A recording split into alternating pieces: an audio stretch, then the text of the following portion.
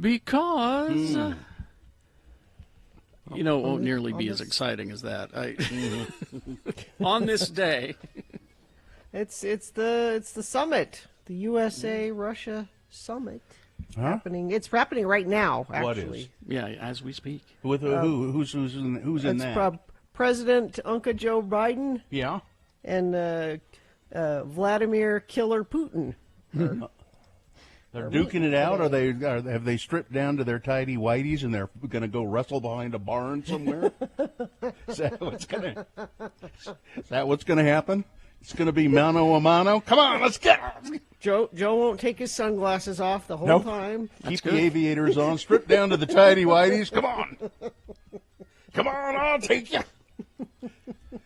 Like I said, it won't be nearly as exciting as that song, and No. nothing will probably come of it at all. No, not much. Do you know what won't come of it is a private meeting between our president and Putin that nobody has any idea what they talked about because it was just them and an interpreter. And they the were notes were discussing- destroyed, Yeah. Meaning, Biden and Putin won't be talking about, his business dealings in Russia. What about the Biden Tower Hotel in downtown Moscow? What about that? It's a lovely tower. I don't know loaning him money. I don't know what your problem is. It's a lovely tower. It's a beautiful tower.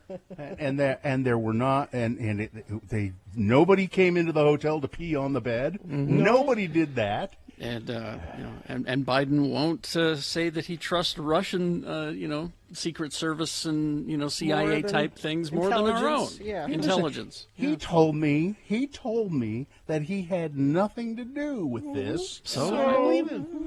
Why should I not believe him? But our own intelligence agency differ, sir. Well, he told me, so it must be true. Yeah. Why was all of that okay? I don't know. Why did we just let that go? I have no idea. Why so many... Well, yes, I do. Unfortunately, the Republican Party has a certain amount of power. And they bolstered that up and let it go. They let it go unchecked. Why are that's they why okay we're with here. that? I don't know. Listen to the words of Chris Stewart yesterday. Marjorie Taylor Greene. I disagreed with everything she said. I don't think she's you voted. You didn't vote to expel her though. No. Oh yes, I did. Sure, I did too. No, I you voted did to expel her. not. No, he didn't. I misspoke. I guess. They lie. Wow. See, Andrew's wondering if this is farting around. I don't think it is yet. No. No, it's too serious for that. Can we fart around about another on this day? Well, let's get back to bare-fisted tidy whities. Just picture them for a second. 1 second. All right. If you hit the farting around, then maybe we can change the subject. An elegant way of wasting time. It's Farting Around with Radio from Hell on X96. Katie, you should feel free to hit that button anytime you, and we'll just stop. Well, as you said, it was too political, and I just didn't want to. You were right. I didn't know a right time to interject, I should say. But Power Man 5000, I got to meet Spider One a while back. Where did you meet Spider One? At the Royal. That's where I saw them play live, and it was 2 weeks after I met Rob Zombie. Now, is he Rob Zombie's brother? Yes. Do I remember that correctly? Yes. So, but his last name is not Zombie. It's One. It's apparently One. Yes. They have different fathers, Bill. Oh, okay. That must be it. That's the only possible answer. Yeah, I see. Yeah, different fathers. That's right. Oh, this is the other on this day. What's this? No, not Ruby. What? No, which one? Which one? What? What did I miss? Did I get it wrong? Carrie, over here. It's Lucille. Oh, Lucille, one of the other women that he sang about. picked- Okay, all right. Why Lucille? Now, this I don't know what you were talking about. Because on this day, What? in 1977, not on the country charts, on just the regular charts with all the music, Kenny Rogers scored a #1 hit. Wouldn't you like to see Kenny Rogers stripped down to his tidy whities? Go wrestle behind the barn with somebody. What? Is this it? in a bar in Toledo, across from the depot. Jesus. On a bar stool, she took off for me. He's the storyteller, you know. Thought I'd get closer, so I walked Picture on it, if you will. sat down. We used to change the lyrics to it about a truck. You picked a fine time to leave me loose wheel. What? about a truck, you know, because you're out four wheeling. Yeah, Gotcha. the wheel falls off. Here you go. Okay. Oh no, there's another one. Here, let me There's more. Let's get the story going. Here we go. Yeah. But he started shaking. Yeah. His big heart was breaking. Oh yeah. Come on. Turned to the woman. Here we go. This is it. You picked a fine time to leave me, Lucy. Got 4 hungry children and crops in the field. I thought it was 400 children. Isn't it? It's not 400. Interesting. Kenny Rogers sang at least 2 songs about how women are awful bitches. That you know. Well, you're right. What you know, Bill? I guess. Hence all of his songs about chicken pot pie that he also has. You're right, what you know. Yeah. Oh my God. What a crazy, awful world we live in. Yeah. Somebody says the dump in Magna's on fire this morning. So hell? it is, Great. it is the apocalypse. Is it? It is. Is the dump on is fire? That's what somebody said in Well, the I know. chat. We get a text. We get texts of all kinds of things. Prove it. You know, I believe it. Can we source this, Google please? is the dump in Magna on fire. Well, here's another one. Headed into work, looks like the Salt Lake County landfill's on fire. Haven't Yeah. heard it mentioned anywhere yet. So there's a couple people saying it. Well, we ought to probably end the farting around and get to officially beginning the show. Yeah. And the farting. This has been Farting Around with Carrie, Bill, and Gina on X96, Radio from Hell. Now, see, Blaine in the chat room did the research about Spider One, you know, son of Mr. and Mrs. Howard One, and their son Spider. I was just going to ask Katie, who was at the concert, do they have any other song that's good? Yeah, actually, Other than that one? they do. But I also used to listen to him thanks to Little Nicky a lot because it's one of the songs from the album or the That's in the movie. film, which was on TV yesterday. So I thought this was ironic. No, it's coincidental, not ironic. Yeah, that too. Yes, they do have other songs, not that I can put names to right now because it's been a long time since I've actually listened to them. Well, we'll just go with that one today. Yeah, It's fine with me. It's their biggest hit, so it's their only hit, Katie. All right, here we go. Their one-hit wonderful, Yes. if you ask me. All right. Let's officially begin the show, and we'll go to your check-ins. If you have any information about the dump being on fire, good God, that's all we need. Give us a call at 877-602-9696. Anything you want to mention, anything you want to say to us, good morning, what you're going to do with your life, how you feeling? Can we offer you any advice? Can we offer you a drink, perhaps? Please, or you can ask us any question you like. It's all up to you. Just check in with us at 877-602-9696. All right, we will take a break and be back after these. Let's see. Oh, Manscaped. Yeah, are you ready to unveil your it's so hot out there, you're going to walk outside in your Speedo, and you don't want to have the curlies, you don't want to have the spiders, coming out. You know what I mean. So our friends at Manscaped have launched their 4th generation performance package. That includes the Lawnmower 4.0. That will really get those curlies, those spiders out of the way. You do some grooming down there below the waist, gentlemen, if you're wearing a Speedo, especially. And believe me, we're all going to be wanting to wear Speedos no matter how we look because of this weather. Are you wearing a Speedo? I can't see it under your gut. So what you need to do is go to Manscaped and get 20% off plus free shipping when you go to manscaped.com. Use the promo code X96, and you'll get free shipping for this wonderful Manscaped package, all right? Manscaped.com.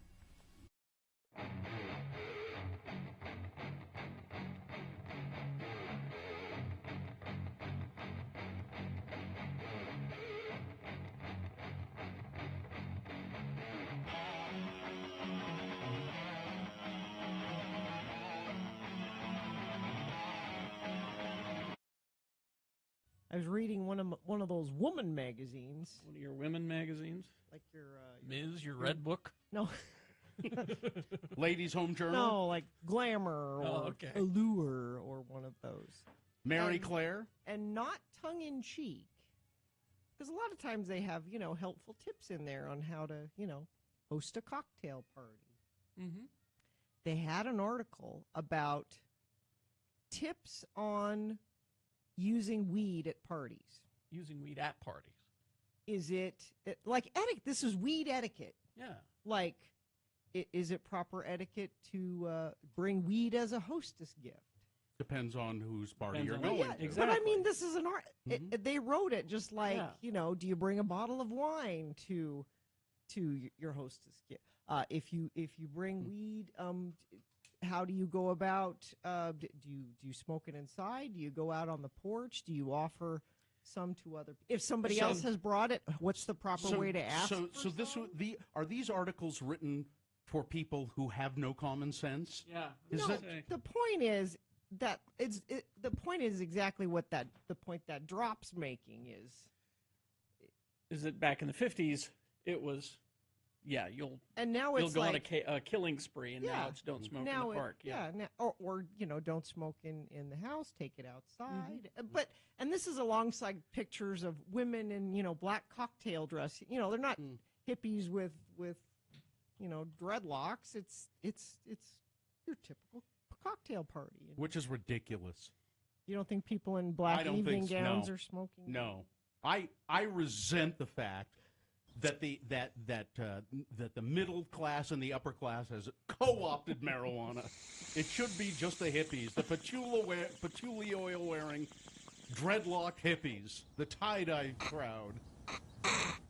It was just interesting that it was just presented in a. But the way you describe the article too, it's just I'm still fixated on the fact that it's apparently written for morons. Well, it's just like what? But the type of people that read those kind of magazines are morons.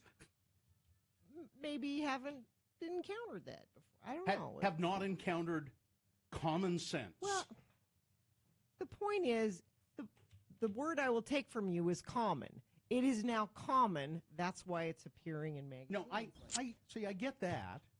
That's an interesting part of it. But if it were about booze, it would also be for idiots. Mm-hmm. It's an article for an idiot. God, they're not. Why does this make you? I just thought it was interesting. It wasn't the New Yorker. It's a dumb woman's magazine. Yeah, I know. It's I get makeup tips out of it. That's what I'm going to that magazine for, not an in-depth article on pot etiquette.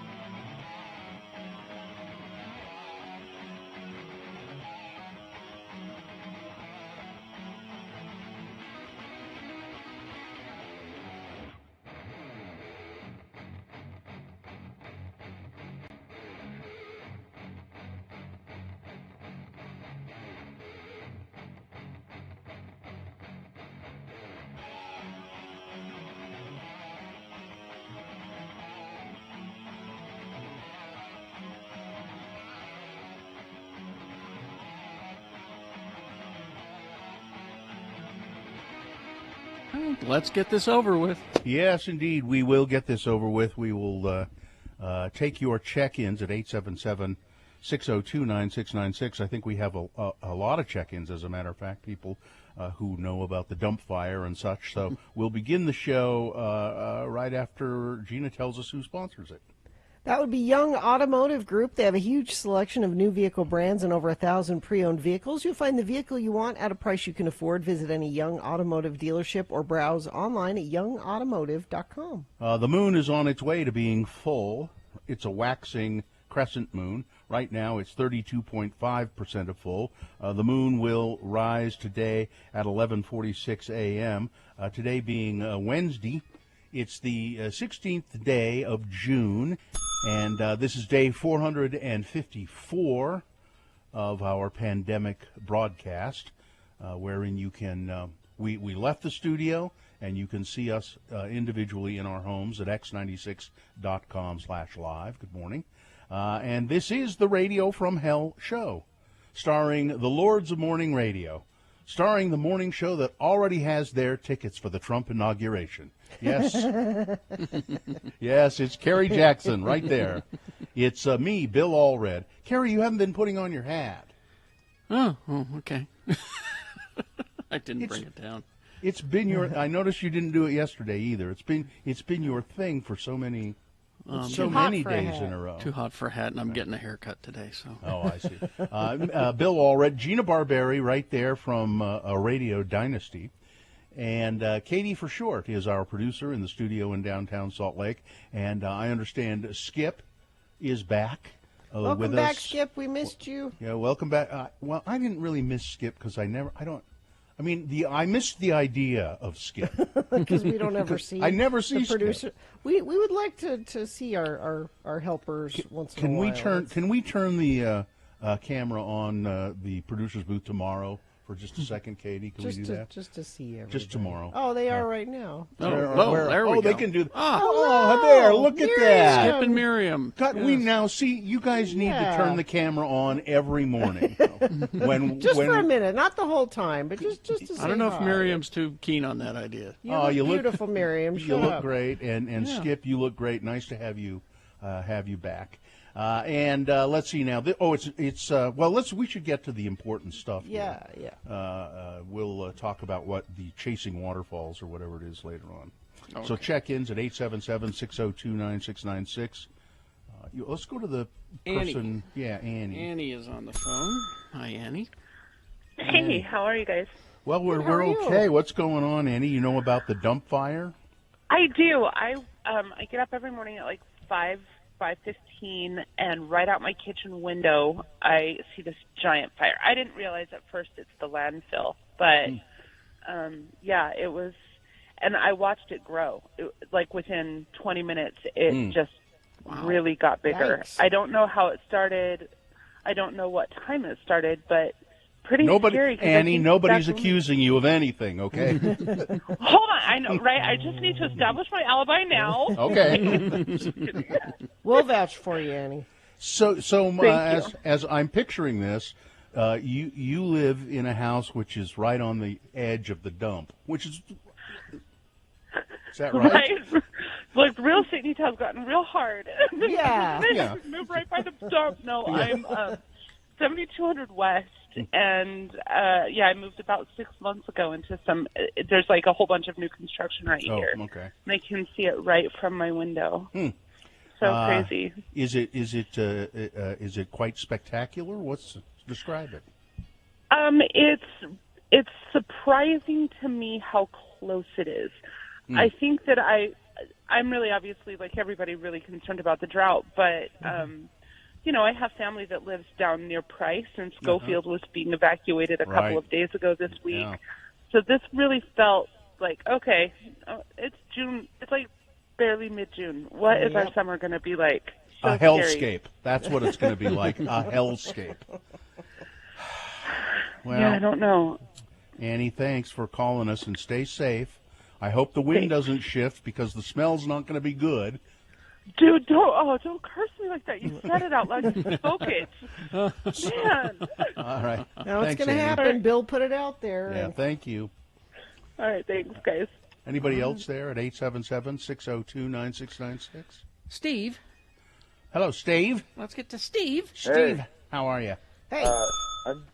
I'm doing well. I meant to call in yesterday. I was going to tell you as we were talking about critical race theory. I did a research paper about 2008-ish when Barack Obama became president, and I interviewed like 24 kids under 7 and asked them all, who do you think the president should be? Every single one of them described themselves down to their hair color. Oh, everything. cute. Oh, that's interesting. Love it. Yeah, but what I was getting at with it all is that what are your thoughts about everybody is a little bit racist towards who they are. Everyone thinks they are better. And that's what those kids are I see what you're driving at. I mean, what you're driving at is that what are your thoughts? So the president should look like me, not like someone else. Okay. Not from not a different color, not a different race, not a different anything. The president should be like me. And when the president isn't exactly like me, then I feel suspicious. Yeah. And I think ultimately that I felt like there was a little bit of race, but there's a lot of other categories as well that they all, every one of them touched on, and so I thought it was interesting, though. Yeah. But if you're not like me, you're different. Now I heard what I heard when you said that was that kids are saying I can be president. That's as far as their thought was going is me, not someone that looks like me. I mean, actually, me can be president. That's not what they. That's not what was happening. As specific as I could about this isn't an opportunity. This is a, how do you feel about these attributes? Who did you do this paper for? So it started out as I was transitioning from being a mechanical engineer in college to a business major, actually, up at the University of Utah. Did you get a good grade on it? I don't imagine so. I don't remember, but you don't remember. My memory says no, probably not. Sounds to me like your transition didn't go that well. No, he's still an engineer. It wasn't a planned transition. But, I was going to say, are you sure you're not still an engineer? No. And you're all safer because of it, I promise. Thanks, so Steve. bad for me, good for everyone else. Yeah. Well, just to leave you with this, I heard a great quote yesterday, and I think this is I'm gonna start chanting this. You know what a privilege is? Learning about race in the classroom. Yes. As opposed to learning about it in real life. Yes. Yeah, that's a privilege. Yeah. All right. Yeah. All right. I like that. That's good. Thanks, guys. All right. Thank you. Traffic, please, Gina. Yeah, we got issues. So a bad fatality crash this morning has shut down northbound I-15 at 90th South. Traffic is being diverted to exit 294A through C to access 215. The entrance ramp from 90th to northbound I-15 is closed. Avoid that area. It's trouble this morning. Crash at the exit ramp from northbound Bangor Highway to get onto North Temple. That is off to the left shoulder. Crash at Rosecrest Road and Mountain View and Harriman, blocking some southbound and eastbound and westbound lanes at that intersection. Use caution through there. And yes, there is a fire in Magna burning at the Central Valley landfill, 72nd West, as our friend was telling us that called in earlier. It's not affecting the roadway. The fire isn't that close, but there's a lot of smoke involved, and so that's probably going to make visibility and breathing really fun through that area. Now, if you see anything you want to tell us more about the fire or that incident on northbound I-15 at 90th South, if you're stuck there waiting for that to clear, we'd love to hear from you. Text it to us, 33986. Find your match at Strong Volkswagen, where the down payment matches the monthly payment. Plus, all new 2021 SUVs have 0% financing. Visit strongvw.com for details. All right, so we will take a break. We will be back. We got big boy news and things that must go all in the same break coming up. Stand by for that.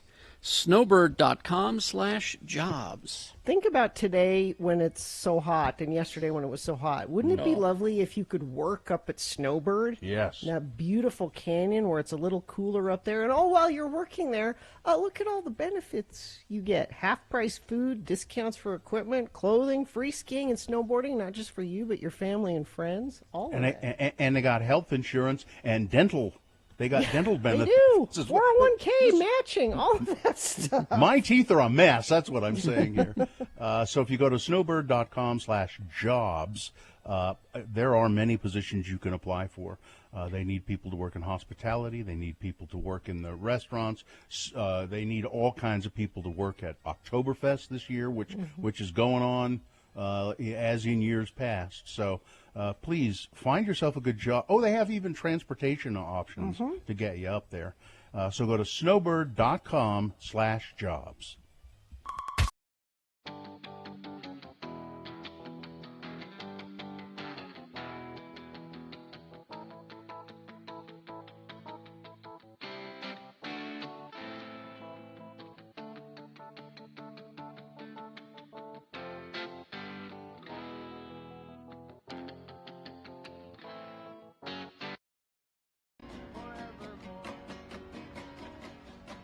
Brother Philip likes Propel water.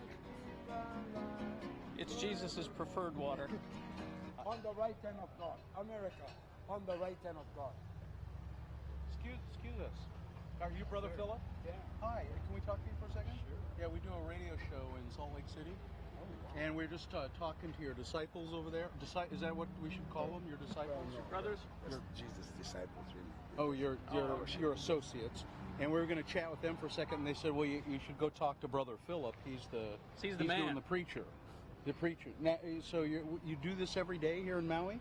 Yeah, I try to fulfill this. And you have signs over there that say, "Sign of the Times." What does that mean, Brother Philip? It's right.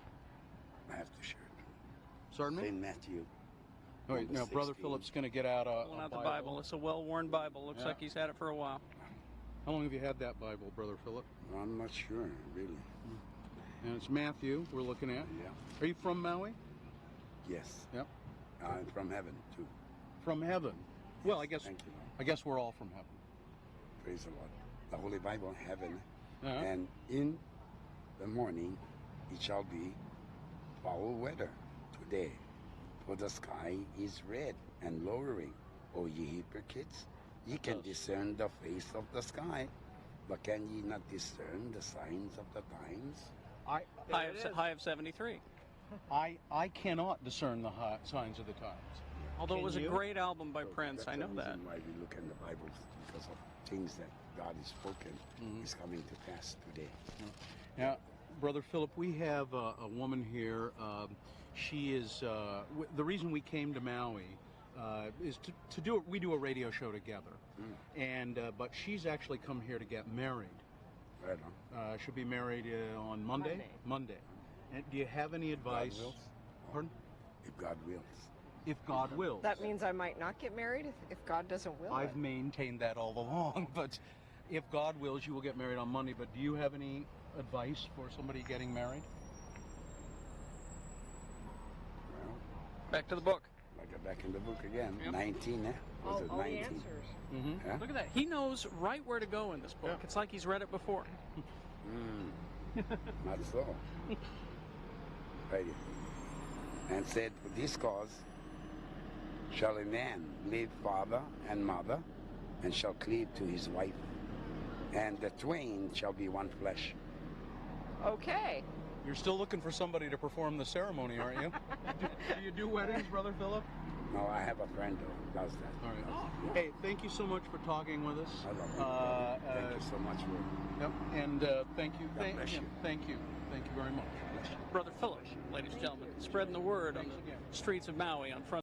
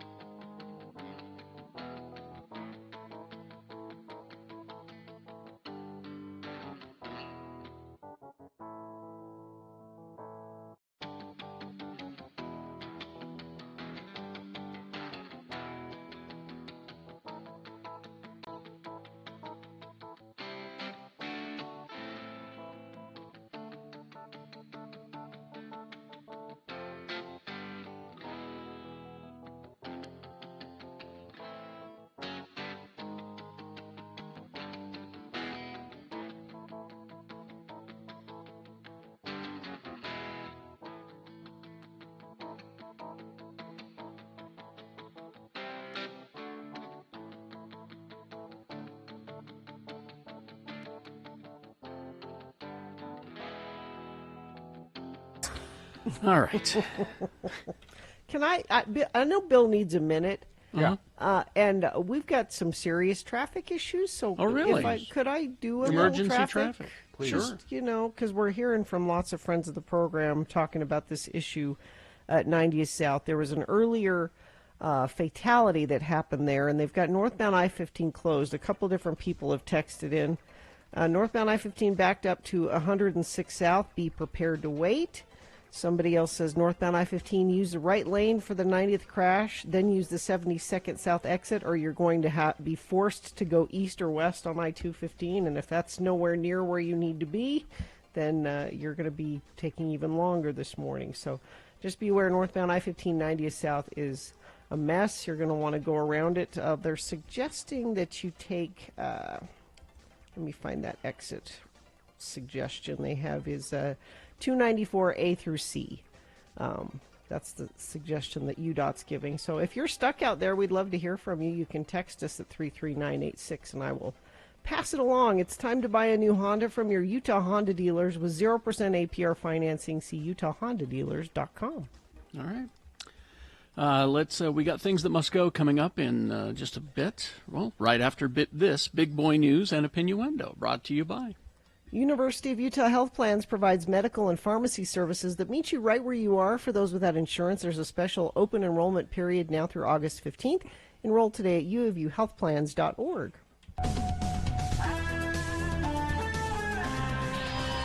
Well, because he just wants to be loved, is that so wrong? Harvey Fierstein is donating $2.5 million. Is that the figure? Wow. $2.5 million to the Public Library Theater Lab, according to the New York Times. The gift from the writer and performer will help create an educational hub at the New York Public Library for the performing arts at Lincoln Center. Harvey Fierstein, he's a multiple Tony Award-winning performer and writer, but he's also the son of a librarian. Really? Who still sometimes, heads to the reading room when he needs to do homework. When he needs to. I did that for a while for our job. When I was writing a lot of stuff, I would go to the library. Just it's quiet and and you're not distracted with home stuff. It's a dedicated space. In 2005, when Harvey Fierstein was preparing to play Tevye in the revival of Fiddler on the Roof, he visited the New York Public Library for the Performing Arts in Lincoln Center to watch a recording of an earlier Broadway revival of that play, in which Zero Mostel played Tevye, and he wanted to watch that and do, so he could put his own stamp on the role and not just imitate Zero Mostel. It's interesting that Harvey Fierstein has $2.5 million to donate. You know why he does. Why is that? Because he's Hairspray, he's Kinky Boots, he wrote Kinky Boots. I think he gets most Cyndi of his Lauper money. wrote Kinky Boots. With him. Oh, really? Okay. Yeah, he's got plenty of dough then. And listen, if you're going to Disneyland, you might as well. You don't try packing your sidearm. But my freedoms, Bill. Well, I'm telling you, people armed at Disney World. This was Disney World. More tourists have been caught with concealed guns than ever, according to sources at Disneyland. 17 years, excuse me, that's wrong. Armed at Disney World, more tourists caught with concealed guns than ever during the pandemic. Why in God's, what are you expecting is going to happen?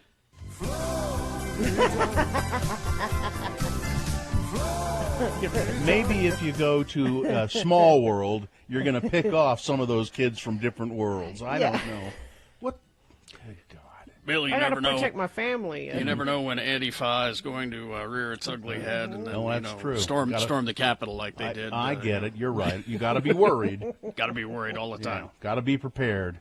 The U.S. death toll from COVID-19 has topped 600,000, even as the vaccination drive has drastically brought down daily cases and fatalities.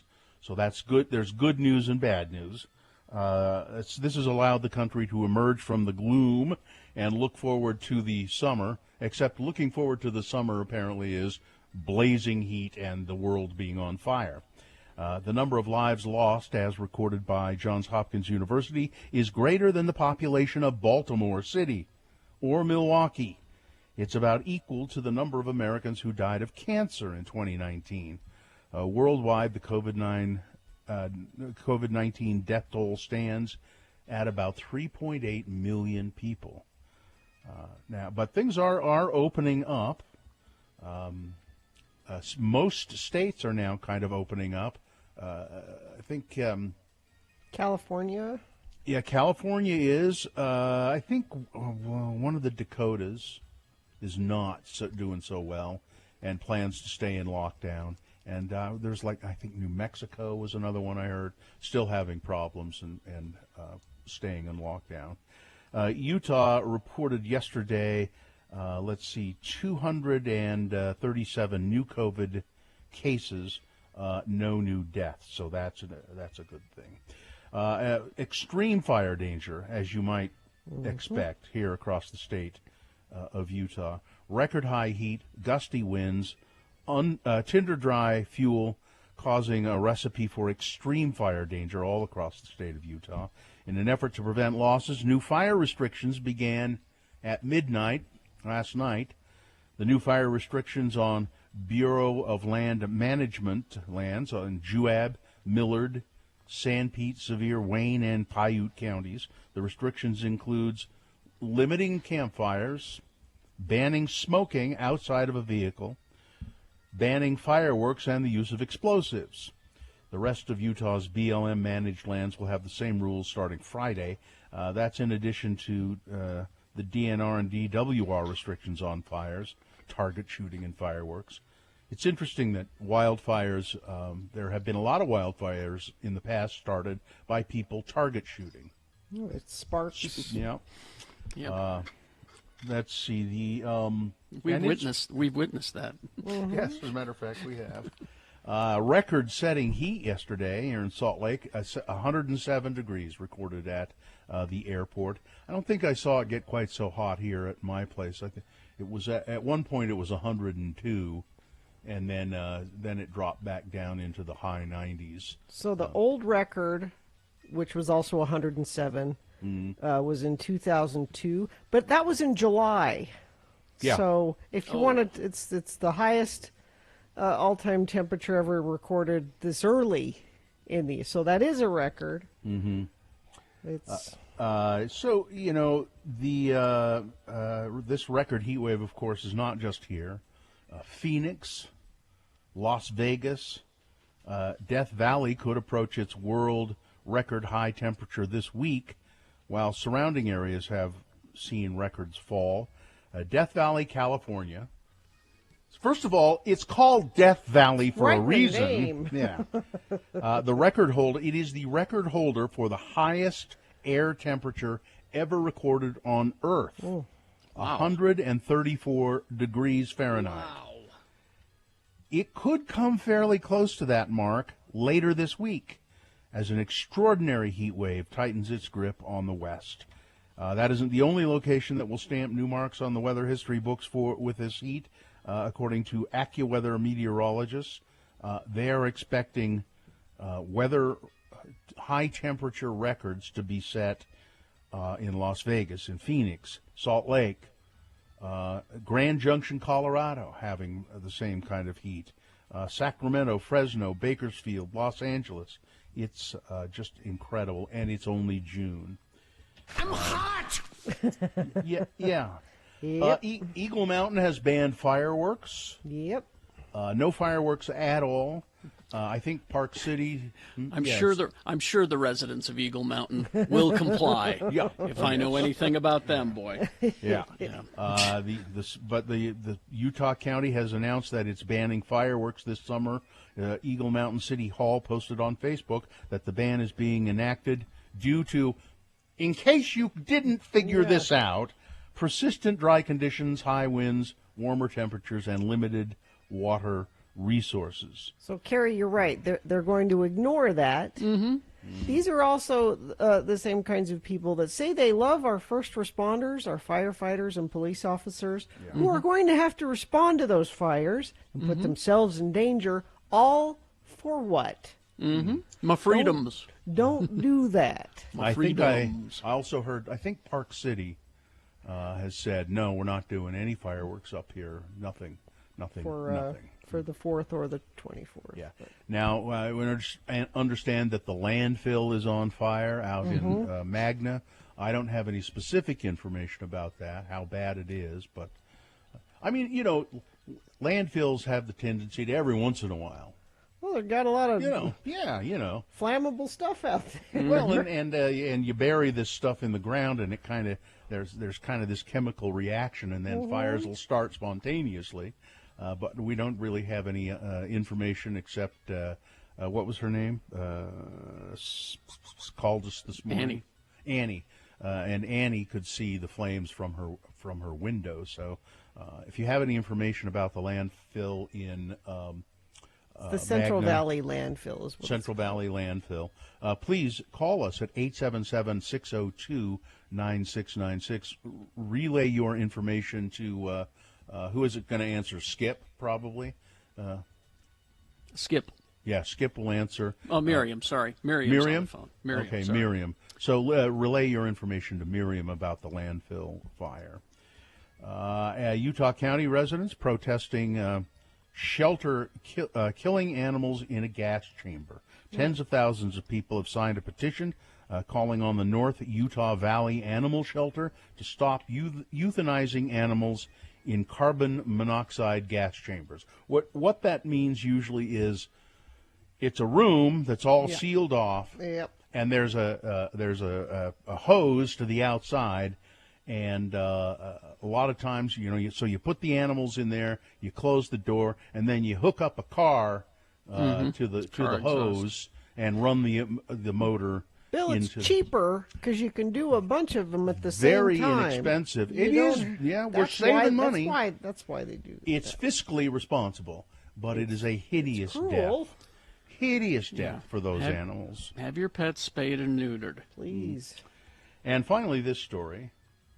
Gina, you should see this. First of all, you should see, again, the mouse plague in Australia. I don't need to see that. Oh, my God. All-knowing suit sent me pictures Oh, of my it. God. There's a picture of a farmer, a video of a farmer lifting up this tarp, and there are all of these mice underneath the tarp, and they keep, of course, trying to hide as he lifts the tarp up, and it makes your skin crawl. Yes. And now apocalyptic spider webs are carpeting Australia. The images were shared to Reddit and across the web. Spider apocalypse. Yeah. Spider apocalypse, said one person. There are these gigantic shrouds of spider webs all over bushes and plants.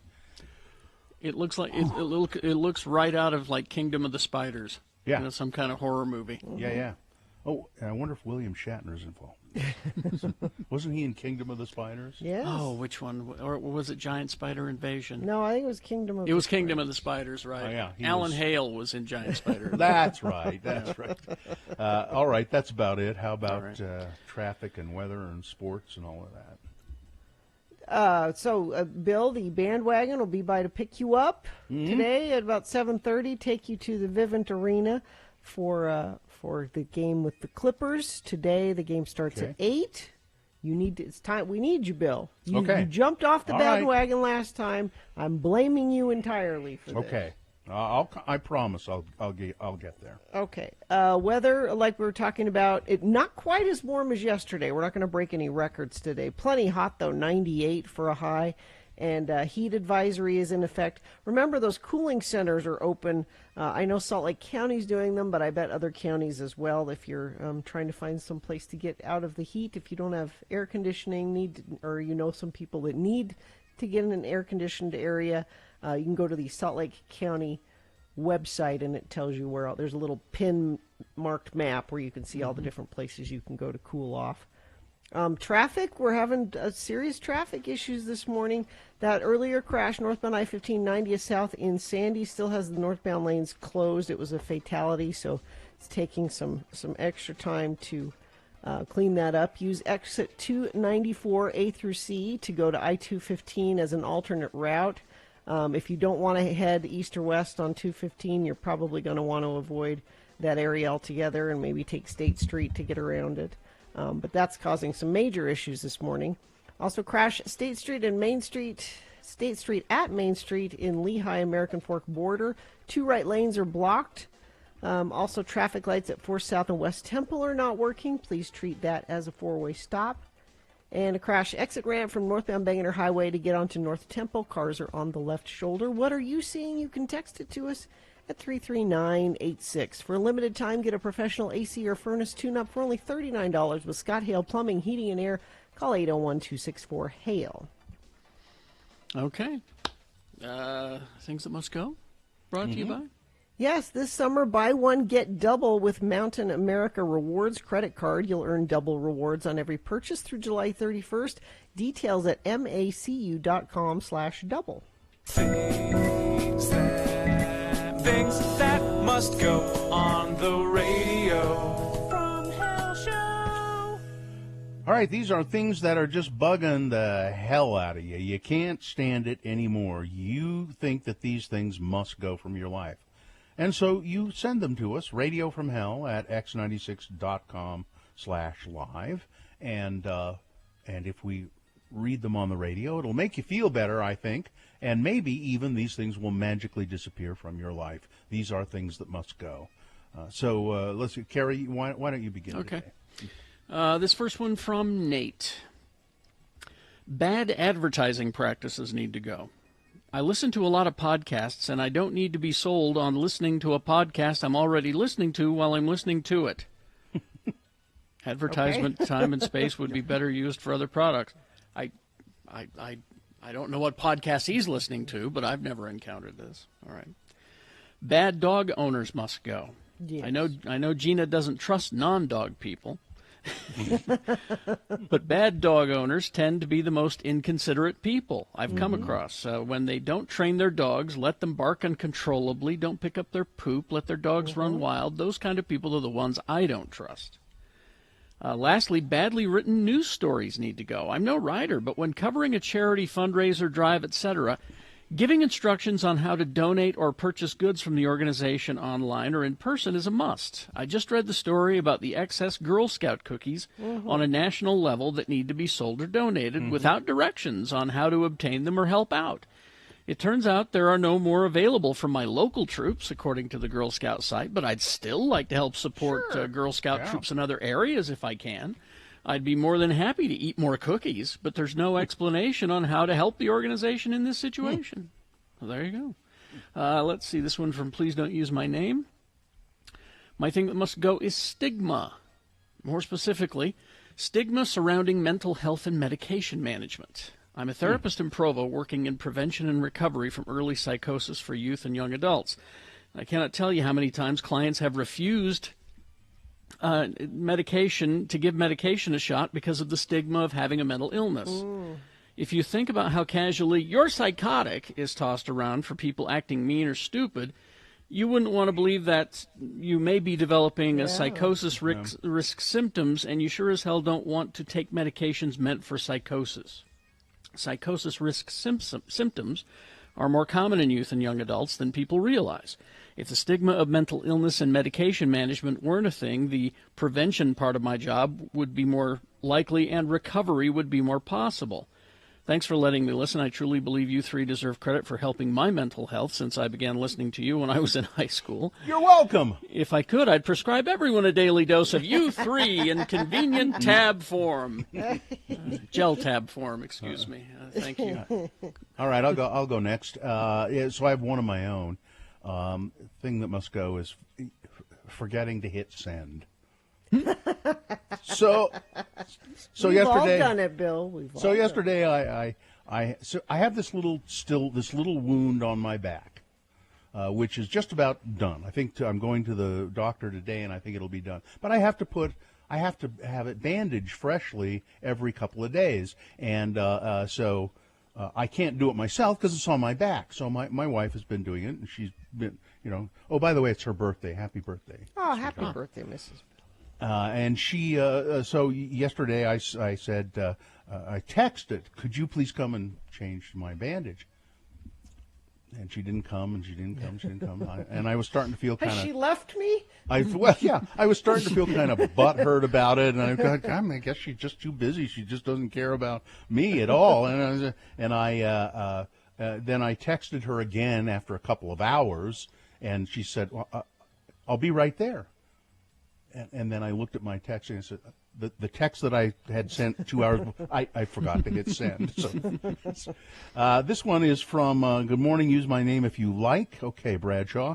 My must go is seeing all of these shots going into arms every time I watch the news.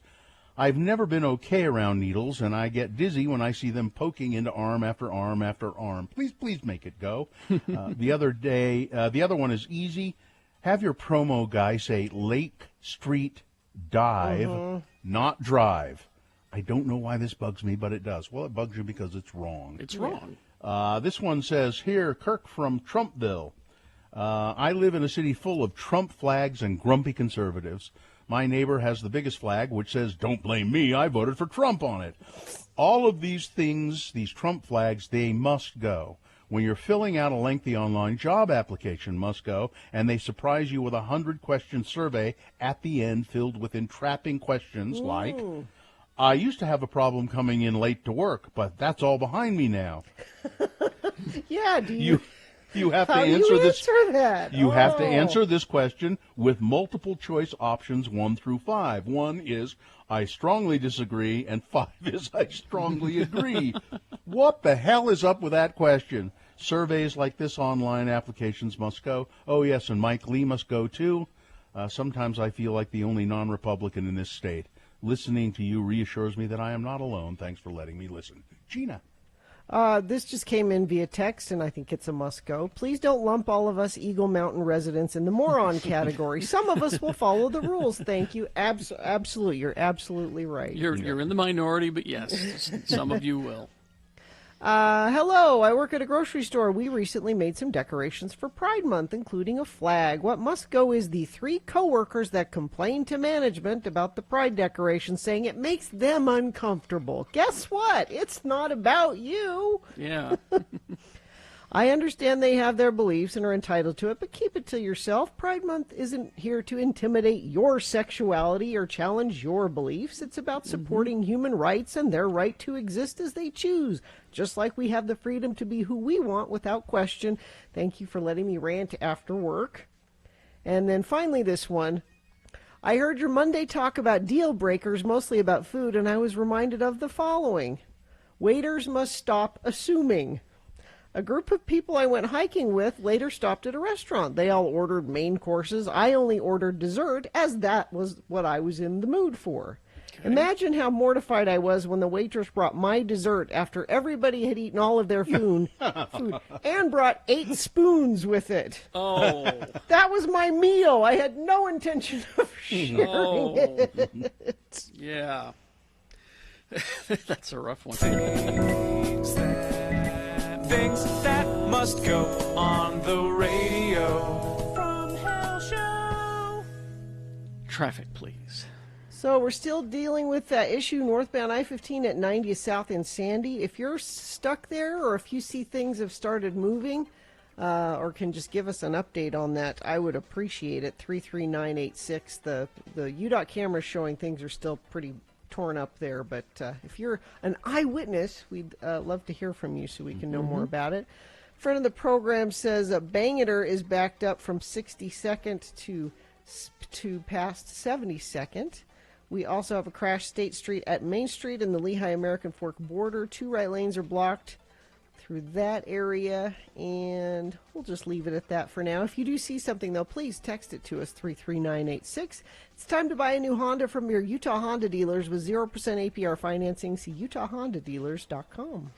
All right, so we will take a break. We will be back. Round one of your boners, big boy news, all coming up. KXRK Provo, BigOTires.com. Sizzling summer sale at Big O Tires. You buy 3, you get 1 free on select sets of Mesa, Aspen, and Nitto tires from Big O Tires.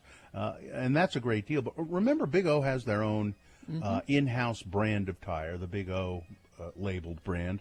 And they are great tires. So consider, and the Big O Tire stores, nicest people you ever want to deal with. They're locally owned and operated, and you go in there and they get to know you, the Big O Tire store in your neighborhood, and they'll just work with you, and they're terrific. I go to the one on 2nd East and South Temple, and they've always treated me just great. I took the Mini into the one on 33rd South to get a screw removed from my tire, and they had me in and out of there in no time with no charge. Yeah. So Big O Tires, that's a free flat repair when you buy tires there. That's great too. So they are the team you trust. Go to BigOTires.com for more.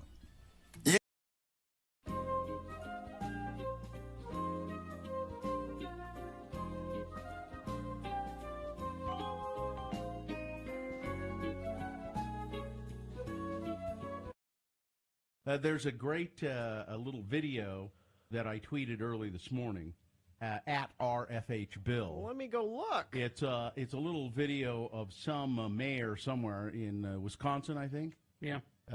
He's doing his Groundhog's Day thing with Like Jimmy you. the Groundhog. Jimmy, that's Sun not a Prairie- groundhog name. It's not. Why is Jimmy not a ground? Phil is a groundhog name. Why is Jimmy not a groundhog name? It's fine. If Awfully if offensive Princess, about Jimmy. Good God, Gina, you derail the story. Jimmy, that's not a ground. Why does Carrie Fisher call her dog Gary? It's fine. Anyway, Sun Prairie, Wisconsin, Jimmy the Groundhog, and the mayor, Jonathan Freund, is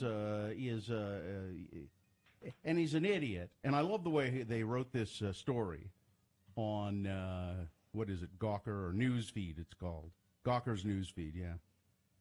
Low-rent Punxsutawney Phil impersonator Jimmy the Groundhog has the easy annual task of predicting each February whether Sun Prairie, Wisconsin will experience 6 more weeks of winter.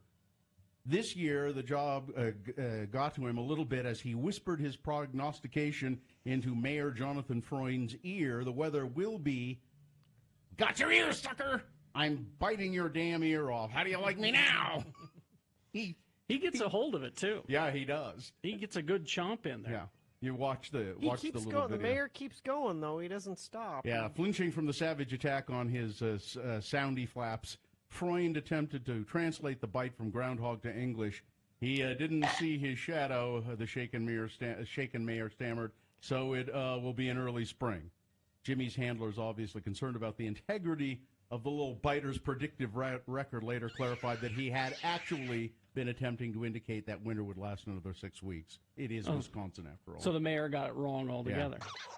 The mayor's office responded that only the mayor can translate Jimmy's prediction, the Milwaukee Sentinel-Journal reports.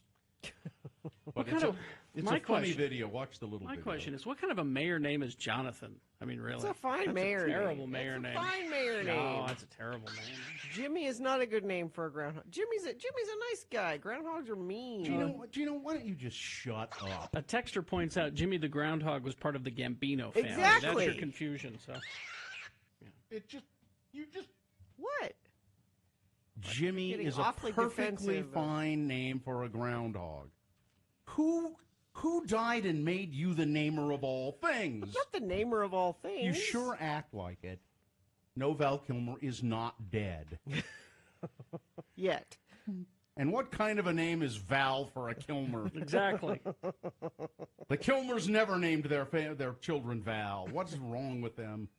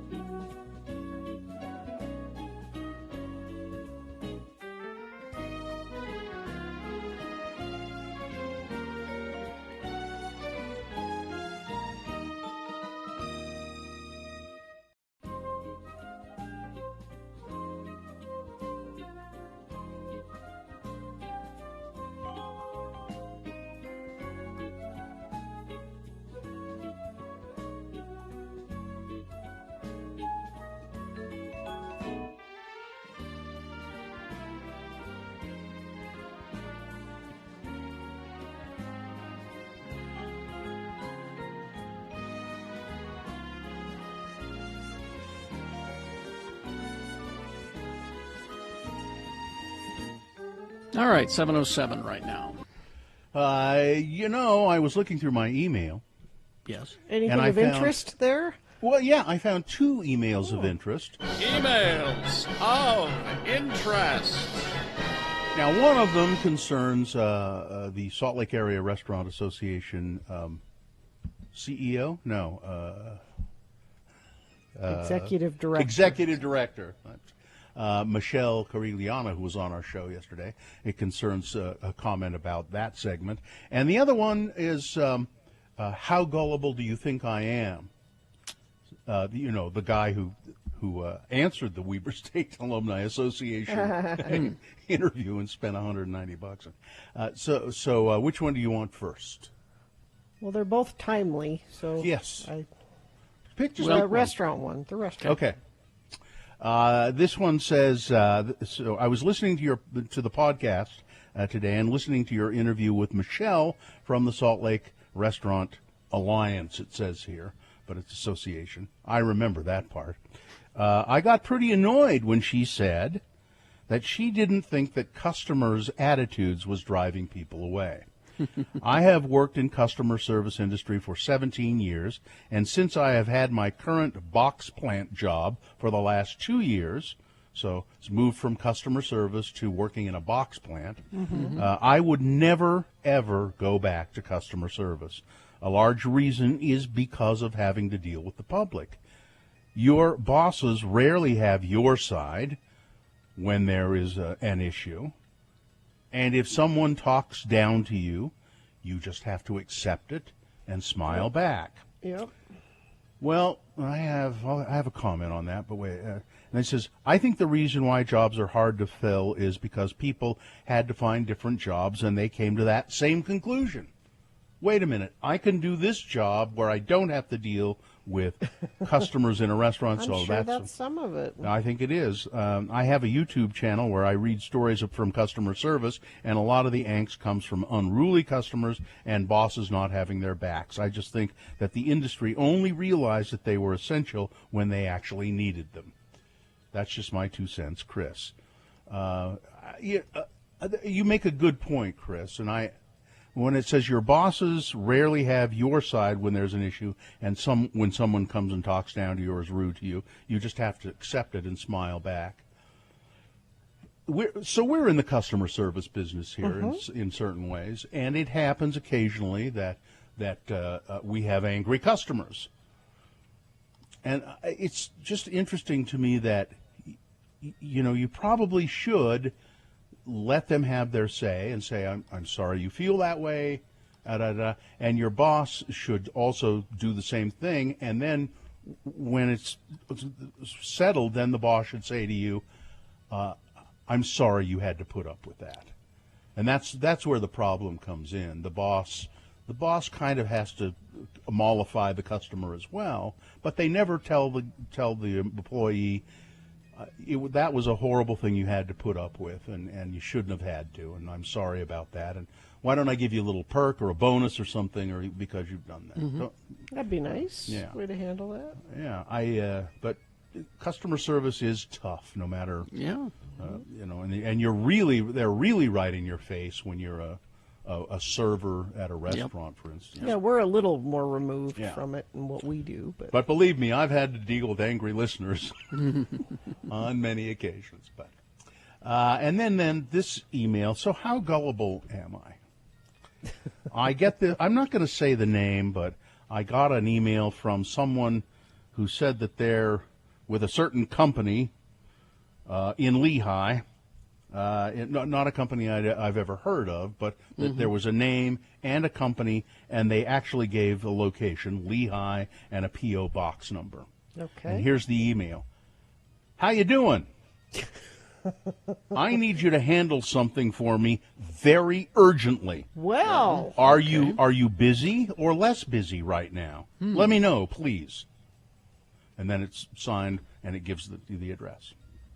My goodness. Well, I guess it depends on how busy you are, Bill. Are you very busy? Urgently. Or just a little busy?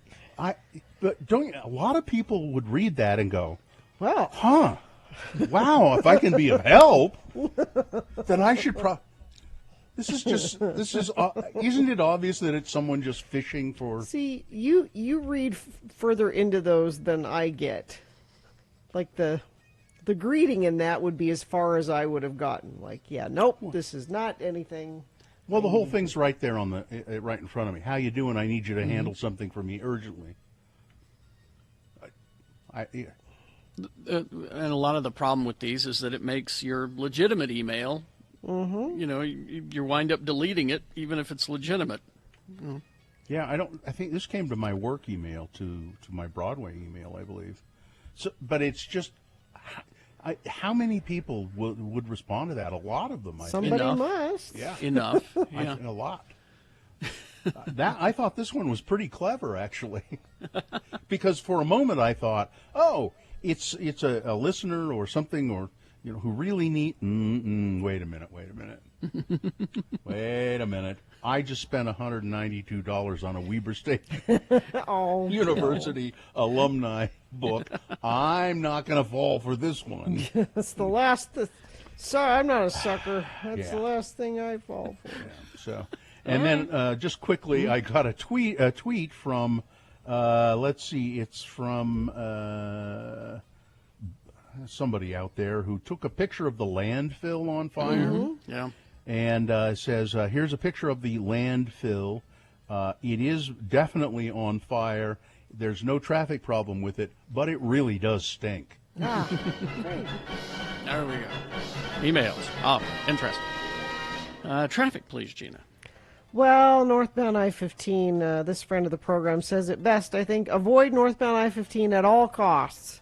Yep. From at least the 215 interchange to 114th, creeping along at 5 miles an hour. There's a bad accident that happened there earlier this morning, and they're still keeping it closed while they're managing that accident. So you're going to want to avoid northbound I-15. Use exit 294, exits A through C. Now, that's if you're already on the freeway before that, but I would suggest if you're coming from the south, just don't even get anywhere close to that. I think that's going to be closed and a problem for quite some time. Other than that, things seem to be moving well, except for, let's see, 4 Southwest Temple. Looks like the traffic lights aren't working there. Treat that as a 4-way stop. And what do you see? Are you stuck out there on the freeway with this issue northbound I-15, or have you found a good way around? I saw people saying State Street is bumper to bumper. That's to be expected as people are trying to get around. But if you're stuck out there and want to give us some more information, I will pass it along. Just text it into us, 33986. For a limited time, get a professional AC or furnace tune-up for only $39 with Scott Hale Plumbing, Heating, and Air. Call 801-264-HALE. Boners Round 1 coming up. Here are the candidates you must consider. All right? You must. Boner candidate number 1 is our congressman, again, making us proud. Oh, boy. Boner candidate number 2, we need to check Utah ballots for bamboo. Oh, God. And boner candidate number 3, okay, I'll knock another $100 off. Boners Round 1, Big Boy News, all coming up after these. Stand by. RanLife.com. Yes, Ran Life, the mortgage company, local mortgage company that I have personally had dealings with. Have you saved thousands with your refi, Bill? I know you have. How did you? I know. Who told you? Well, you did. told me before. I just thought. I was just trying to make this seem like this is the first time you've ever heard of this. No. Oh. You've saved thousands. Well, I have. I did a refinance with Ran Life twice, 2 whole times. Ran Life is a local mortgage company. They have experienced loan officers, and they're all standing by right now to take your phone call to discuss your mortgage with you. It's a good time to refinance, or it's not a bad time to try and buy a new home. Ran Life can help with that as well. So give them a call, 801-478-4500. That's 478-4500, or check them out at their website, ranlife.com.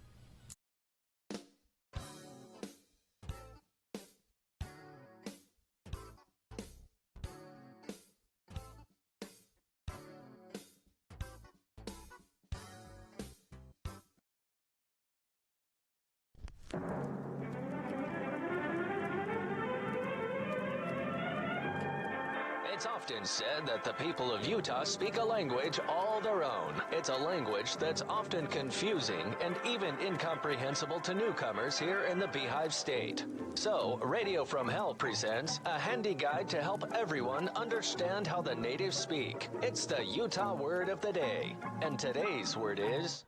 Smirnoff. Smirnoff. Smirnoff. And now, here to use the word in a sentence, LeVar and LeGrand. Let's listen as these two worthy Utah stalwarts. It says T-O! Two! I was confused because it wasn't T-W-O. It says two! Utah stalwarts engage in some banter that will showcase the Utah word of the day, Smirnoff. Two is in emphasizing worthy. Yeah. It's already gotten off to a great start. There's two of us. All right. And we are too much. I begin. Yes. Well, LeGrand, we ready for the big tourney tonight? I'm really looking forward to showing them rowdies down to Sweetwater Station what a great team we are. Well, I know they think just because we don't, either of us drink. Well, okay. 3-2 only. I don't count that as really drinking, you know. The bartender pours me a small schooner of 3-2 light beer, and I make that last the whole of the night when we're down to the Sweetwater Station throwing darts. And besides, it's only once a month. 12 measly ounces of 3-2 a month, LeVar. That ain't drinking. I'm just teasing you. Your secret's safe with me. Neither your wife nor your church leaders are going to find out that you're having a little sip of the malt while we're at Sweetwater Station playing darts. And I know the other boys think that we ain't going to do good in the dart tourney because we don't really drink. They think that getting a little snockered loosens them up and they play better. I just can't wait for us to beat them all on Saturday. Well, that's just it. We ain't going to beat them. We ain't in the tournament. You know, they use them grease pencils to add the names on the tourney list, and we was on the list, but now we ain't on the list. Again? Yep. That's it. They just don't want us to play. They know we'll beat them like a drum. This is no accident. Someone has taken a thumb to our names, and then they're there on the list, and then they're not. They're smearing off the list. Oh, are you sure now? It's only us, my friend. Nobody else's names is being smeared off. Join us again some other time as we examine how the Utah natives speak with the Utah word of the day. That was great. Really?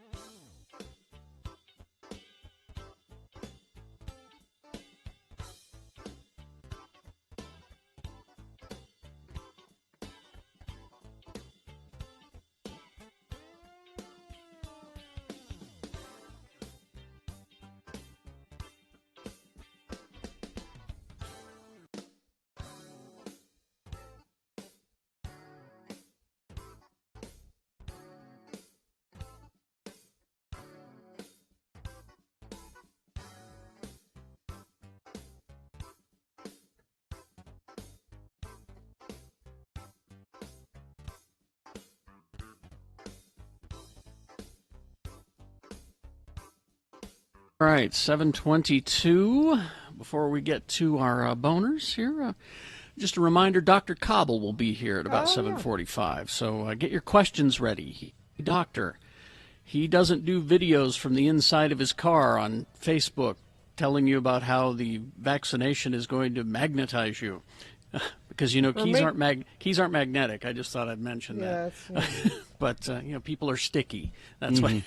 People are gross. They don't shower. Exactly. But he'll be here to answer your questions about the vaccine and about COVID and about the variants and all of that stuff. So be ready to call him here in about 7:45. All right? As soon as we award this, round one of your boner voting, 3 news stories.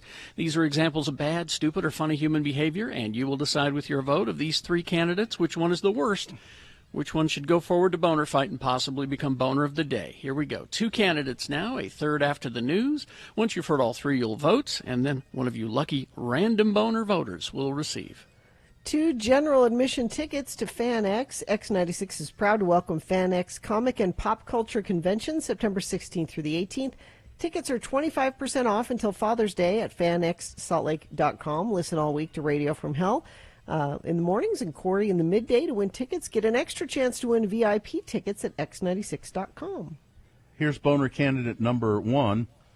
Our congressman, again, making us so proud that he represents the state of Utah. It's Representative Chris Stewart, Republican, Utah, made a false claim about his voting record in an interview with CNN's Chris Cuomo on Monday night, wrongfully saying that he had voted to remove Georgia's Representative Marjorie Taylor Greene from House committees.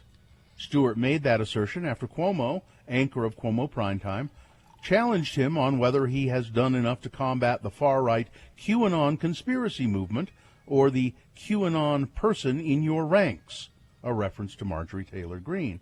Stewart said he knows nothing about QAnon and doesn't have a responsibility to speak about comments from its adherents, just as he doesn't have a responsibility to speak about comments made by participants in the left-wing Antifa movement. Of course, you got to go there. So later in the interview, Stewart, criticized the media for having elevated QAnon. He said there were riots across the country, and the media said nothing about that. Riots by Antifa across the country. And it wasn't Antifa. Okay, you can't prove that.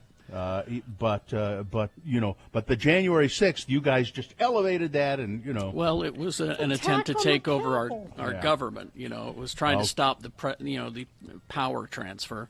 Cuomo said, scoffed at his criticism of the media, and then said, "You put both arms around Marjorie Taylor Greene, and you brought her into your conference." Stewart disagreed, noting that people of Greene's Georgia district, not him, elected her in 2020. But then Cuomo asked Stewart where he had stood on a resolution to throw her out of her House committee assignments. That vote came in the wake of the discovery of additional extremist statements that Marjorie Taylor Greene had made before being elected, including calls for the execution of prominent Democratic politicians. Cuomo said, "Did you vote to have her removed from the committees?" "I actually did," Stewart said. "No, you records didn't, of this, Chris. No, you There didn't." are records of this. Stewart, he had meant to refer to how he had condemned Greene's comments in a statement he'd issued. Not the same thing. That's what his spokesperson, trying to do damage control, said, well, what he meant was he was highly critical of her. But he said he voted to remove her from... No, you didn't, Chris.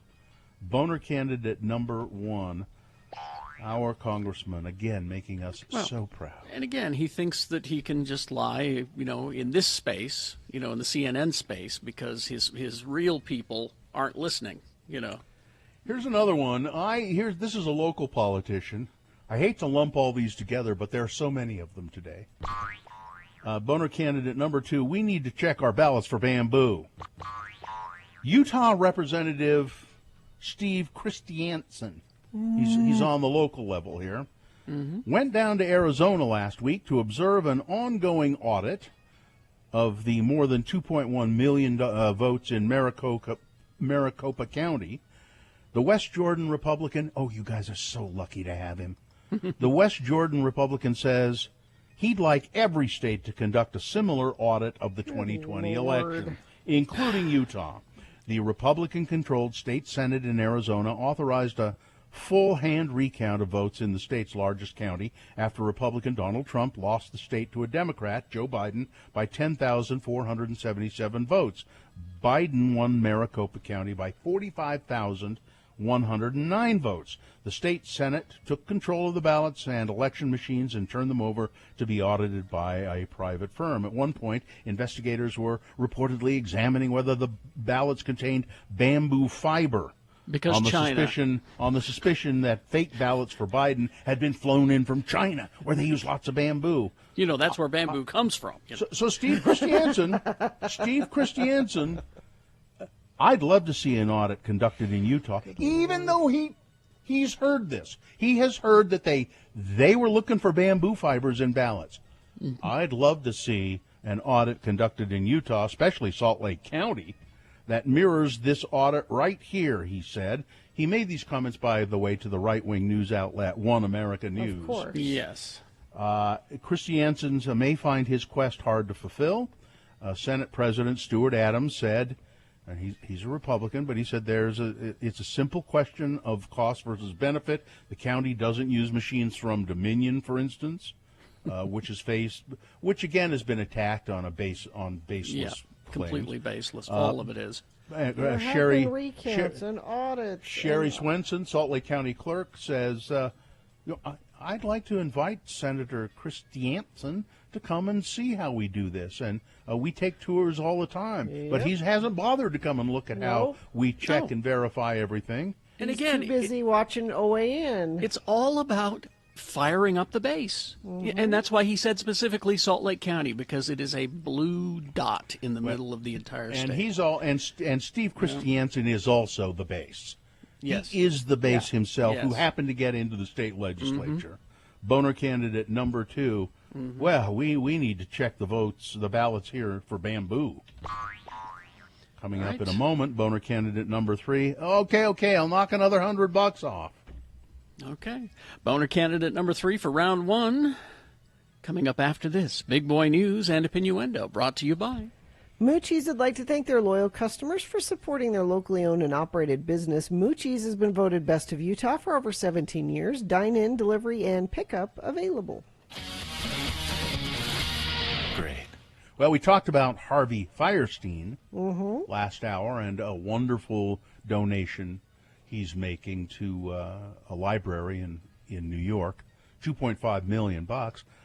Here's another Harvey with a Steen at the last name, Harvey Weinstein. Ew. Do not confuse him with Harvey Fierstein.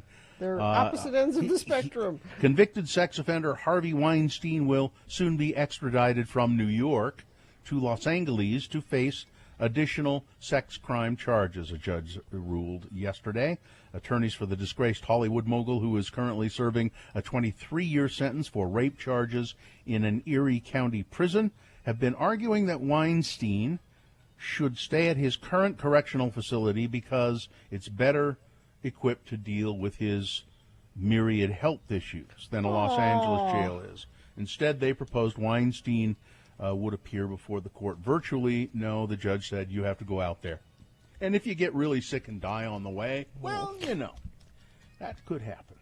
Eric Clapton says he feels ostracized by his friends over his COVID views. Well, what does that tell you, Eric?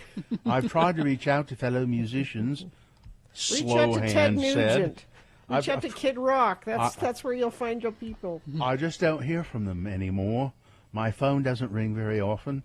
I don't have that many texts and emails anymore. It's quite unnoticeable.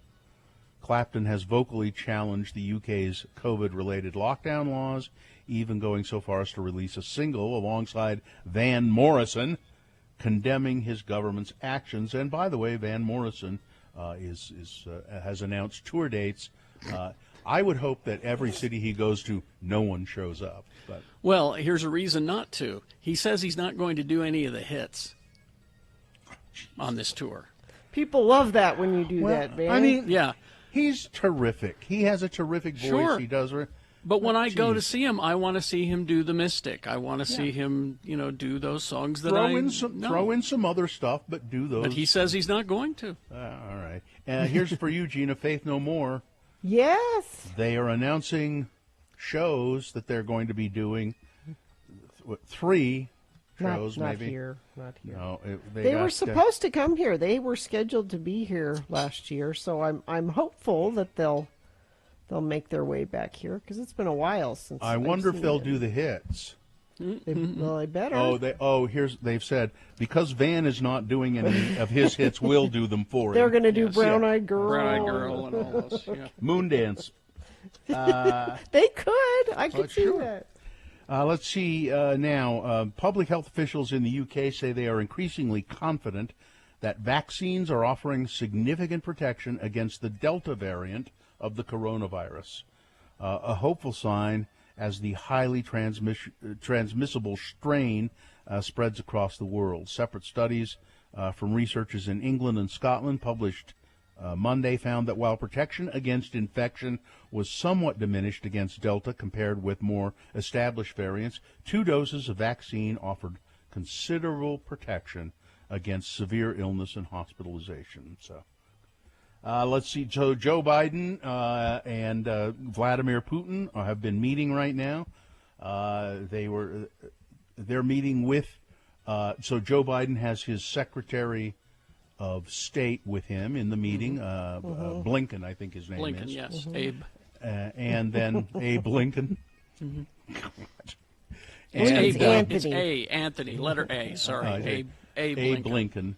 And Vladimir Putin has a henchman with him. And so that, which is good because, if they're, like when Trump met with Putin, there was nobody in the room except a translator. One, I think, 2 translators. Well, they had private business to discuss. They didn't want other people to hear that. And that's good because, if there wasn't somebody in the room with Joe Biden and Putin, Biden would be right now stripping down to his tighty-whities and challenging Putin to a fight. Come on, let's go out behind the bar. Come on, I'll show you. And Putin would take him up on it. Yeah. Mr. Putin flew in from Russia, arrived first for the meeting, and they're in where are they? Belgium? Is that where they're having this meeting? Yeah. Mm-hmm. And it'll be interesting to see what comes of it. But I'm glad that there's a responsible person in the room with Joe Biden. Abe Lincoln. Very excited about opening up Biden Tower in Red Square. Yeah, it's going to be that's right. The greatest building, the best, and my own ice cream. It's. And then they will. They're going to have another meeting later, either tomorrow or later on today, with a bunch of people. So they'll have more open discussions. The Senate has passed a bill establishing Juneteenth as a national holiday. Nice. Juneteenth is a national holiday celebrating the end of slavery in the United States. Senate Majority Leader Chuck Schumer made a motion to pass the bill. No senator objected. Senator Ron Johnson of Republican of Wisconsin, who is an ass, single-handedly had blocked the bill from passing last year due to concerns about its cost, announced he was dropping his opposition to the legislation Tuesday. Sounds like Congress wants to do it, so I'm not going to stand in the way, Johnson said. I still think I'd it's like wrong. to, yeah, but I still think it's wrong. Let's see, what else? How much time do we have here? You're done. Oh, all right. Well, you have another news coming up. Yeah. You have another. There's too much today. This quick. Jimmy Kimmel made some observations. Apparently, there were some videos of Donald Trump's 75th birthday party. Oh yeah. And people were singing "Happy Birthday" to him, and he was. And Jimmy Kimmel though noticed one thing that was sad about this whole thing is that in nowhere in any of the videos was Melania Trump to be seen. He's not the first to point this out. She's kind of missing. I think she doesn't want to be seen. Is her contract up? I don't know. Yeah. Has she been chopped up and dropped in the ocean? I don't know. Hope not. Weather traffic. So, not quite as hot as record-breaking heat we had yesterday. We got up to 107 at the airport, which is the same record we've had, but the last time that record was held, it was in July. So it's the earliest 107 we've ever had. 98 today for a high, which is still plenty hot. We have a heat advisory and a red flag warning still in effect. And so you have that to look forward to. Traffic, we've got that landfill fire in Magna. Smoke can be seen all the way across the Salt Lake Valley, and that may reduce some visibility on some roads. The fire isn't close enough to the roadway to be affecting your drive at all, so that's a good thing. The bad thing is that incident that happened early this morning, northbound I-15, boy, it is still causing major issues. So the accident happened at 90th South, northbound I-15, but it is backed up all the way into Draper. Lots of friends of the program are texting in saying that they're still stuck in it and everything is still closed off. So if you have to get into downtown Salt Lake, northbound I-15 is not the way to do it from down south. And it's other friends of the program saying State Street is backed up also. I think that's just how it's going to be this morning. It was a bad accident that Highway Patrol's dealing with there. If you're stuck in it, please text us and let us know if things are moving or getting any better, and I will pass that along. This summer, downtown Salt Lake's Main Street will be closed to cars and open to pedestrians Thursdays, Fridays, and Saturdays. Restaurants, bars, and shops will extend their service on the sidewalks with music and art each night. Learn more at downtownslc.org/openstreets. Here's boner candidate number 3. Okay, I'll knock another $100 off the price. So police in Tennessee said that a 44-year-old man arrested allegedly murdering his girlfriend had tried to sell her car with her dead body in the back seat. Possession is 9/10. That's not mine. The body of Pamela Paz of Smyrna, Pennsylvania, Smyrna, Tennessee, was found on May 2nd in a small parking area on Pennington Road at Briley Parkway overpass. The Metropolitan Nashville Police Department arrested 31-year-old Robert Miguel Johnson as a suspect. Police said Mr. Johnson was Paz's boyfriend at the time of her killing. He was interviewed, provided an alibi, which was subsequently proven to be false. A witness told investigators that the day before Paz's body was found, Johnson had attempted to sell her Dodge Charger with the victim deceased in the back seat of the car. Here, just wait a minute. It's $5. It's yours. There's a body back there. Okay, I'll knock another $100 off. Okay, everyththing under that blanket I'm throwing in for free. Okay. Boner candidate number 3. Oh, man. Let's review the first two and vote. Boner candidate number 1. Our Congressman Chris Stewart again making us proud by lying on TV, saying that. I absolutely voted to get Marjorie Taylor Greene off her committee assignments. I absolutely did. No, you didn't. Yeah, and if this wins, I'll read you the follow-up discussion that Don Lemon and Andrew Cuomo had. Yeah, I saw it, yeah. Boner candidate number 2, we need to check Utah ballots for bamboo. This is a hard one. I don't know who you vote for in that. This is tough. This is tough. Utah Representative Steve Christiansen, he went down to Arizona to see how they're handling that ballot recount. And you know, by gosh, I think that we ought to be doing that everywhere. They're real patriots down there. Now, before you say, well, he shouldn't have used taxpayer dollars to do that, he didn't. He was flown by a PAC that is run by a reporter at OAN. That's news, right? Yeah. And boner candidate number 3. Okay, I'll knock another $100 off the price. All right, here you go. You've got to decide of these 3 candidates which one is the worst, which one should go forward to boner fight and possibly become boner of the day. 1, 2, or 3. Remember your candidate number, the one that you think should win. Put that single digit in the message of a text, and then text it to 33986. Easy. Or you can call the producer's booth, 877-602-9696. Use your voice to vote. Or go online, x96.com. Look for the box that says Boner Voting June 16, 2021, and vote there. If you don't see that box, refresh your browser. It should appear. All right? You have until the end of these messages to do so. Let's go. This is round one of your boners, BigOTires.com. You mean the sizzling summer sale? Is that the one you want people to know about? No kidding. Buy 3, get 1 free on select sets of Mesa, Aspen, and Nitto tires. Big O tires, they know that the tires and repairs can be an unexpected expense, and that's why they offer pay nothing today financing at Big O Tires. That's really a terrific deal. They want to help you get your car ready for your road trip. You know you're doing that this summer. You want to stop by your locally owned and operated Big O. They'll give you a free multi-point inspection.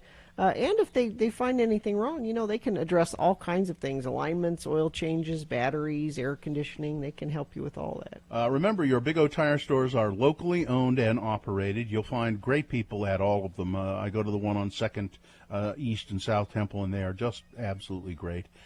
Find a Big O Tire store near you. Go to BigOTires.com. When Radio from Hell. Did you have some emails of interest? I have an email of interest here.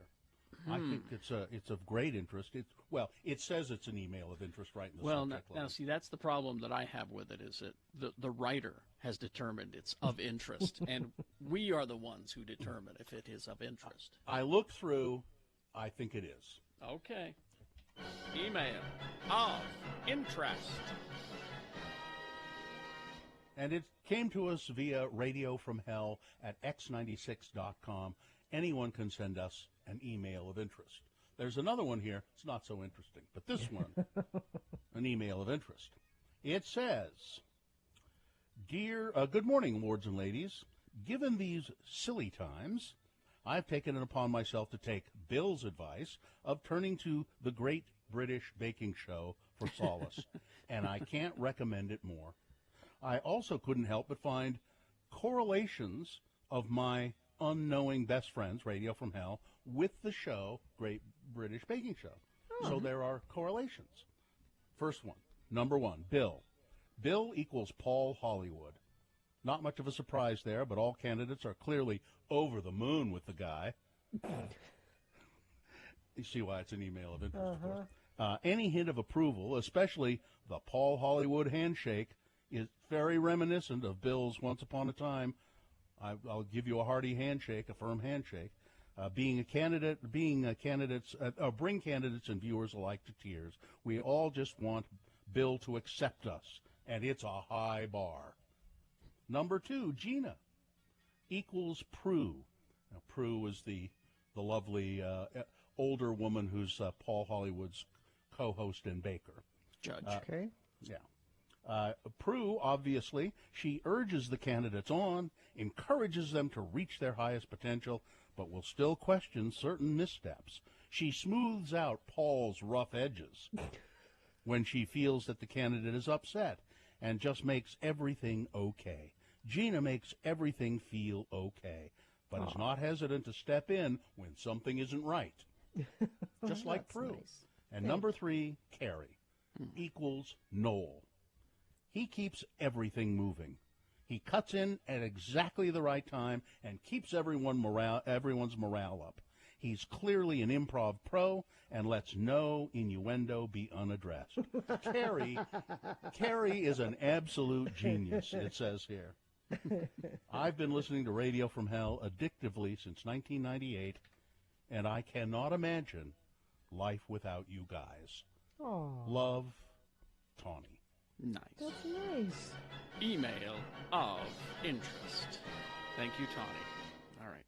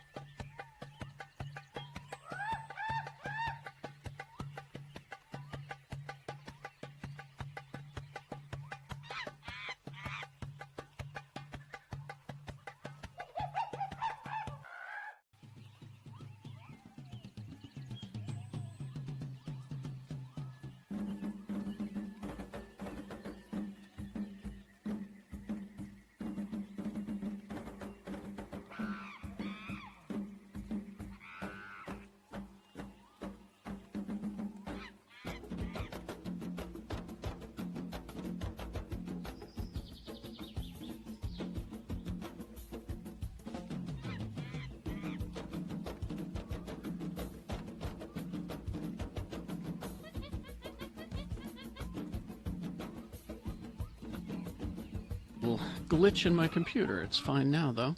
All right. We'll save that drop for our next break. Time now to call for Dr. Cobble. He is here, waiting to take your phone calls about the vaccine, about coronavirus, about all that stuff. 877-602-9696. Call now and line up for your questions for Dr. Cobble. As soon as we award this, round one of your boners. And that's brought to you in part by way too much hamburger. Okay.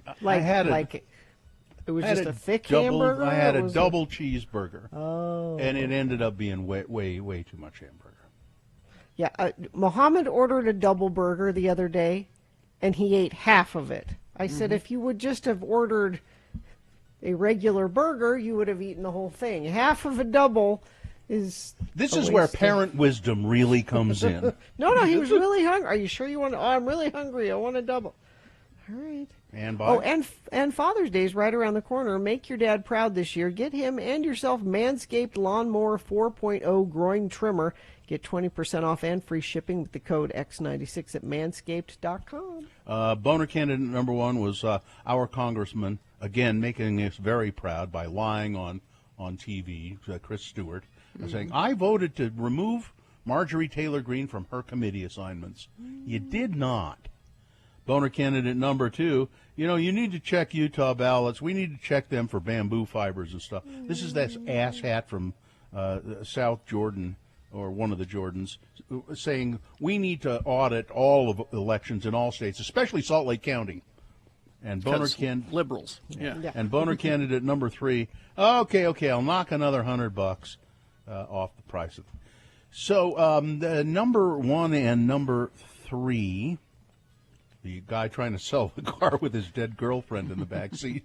Those are the two big vote getters. Although number two, South Jordan Congressman, he did pretty well, but he came in third. Really? Wow. Yeah. That surprises me. Okay. The ultimate winner was Boner candidate number one, Chris Stewart.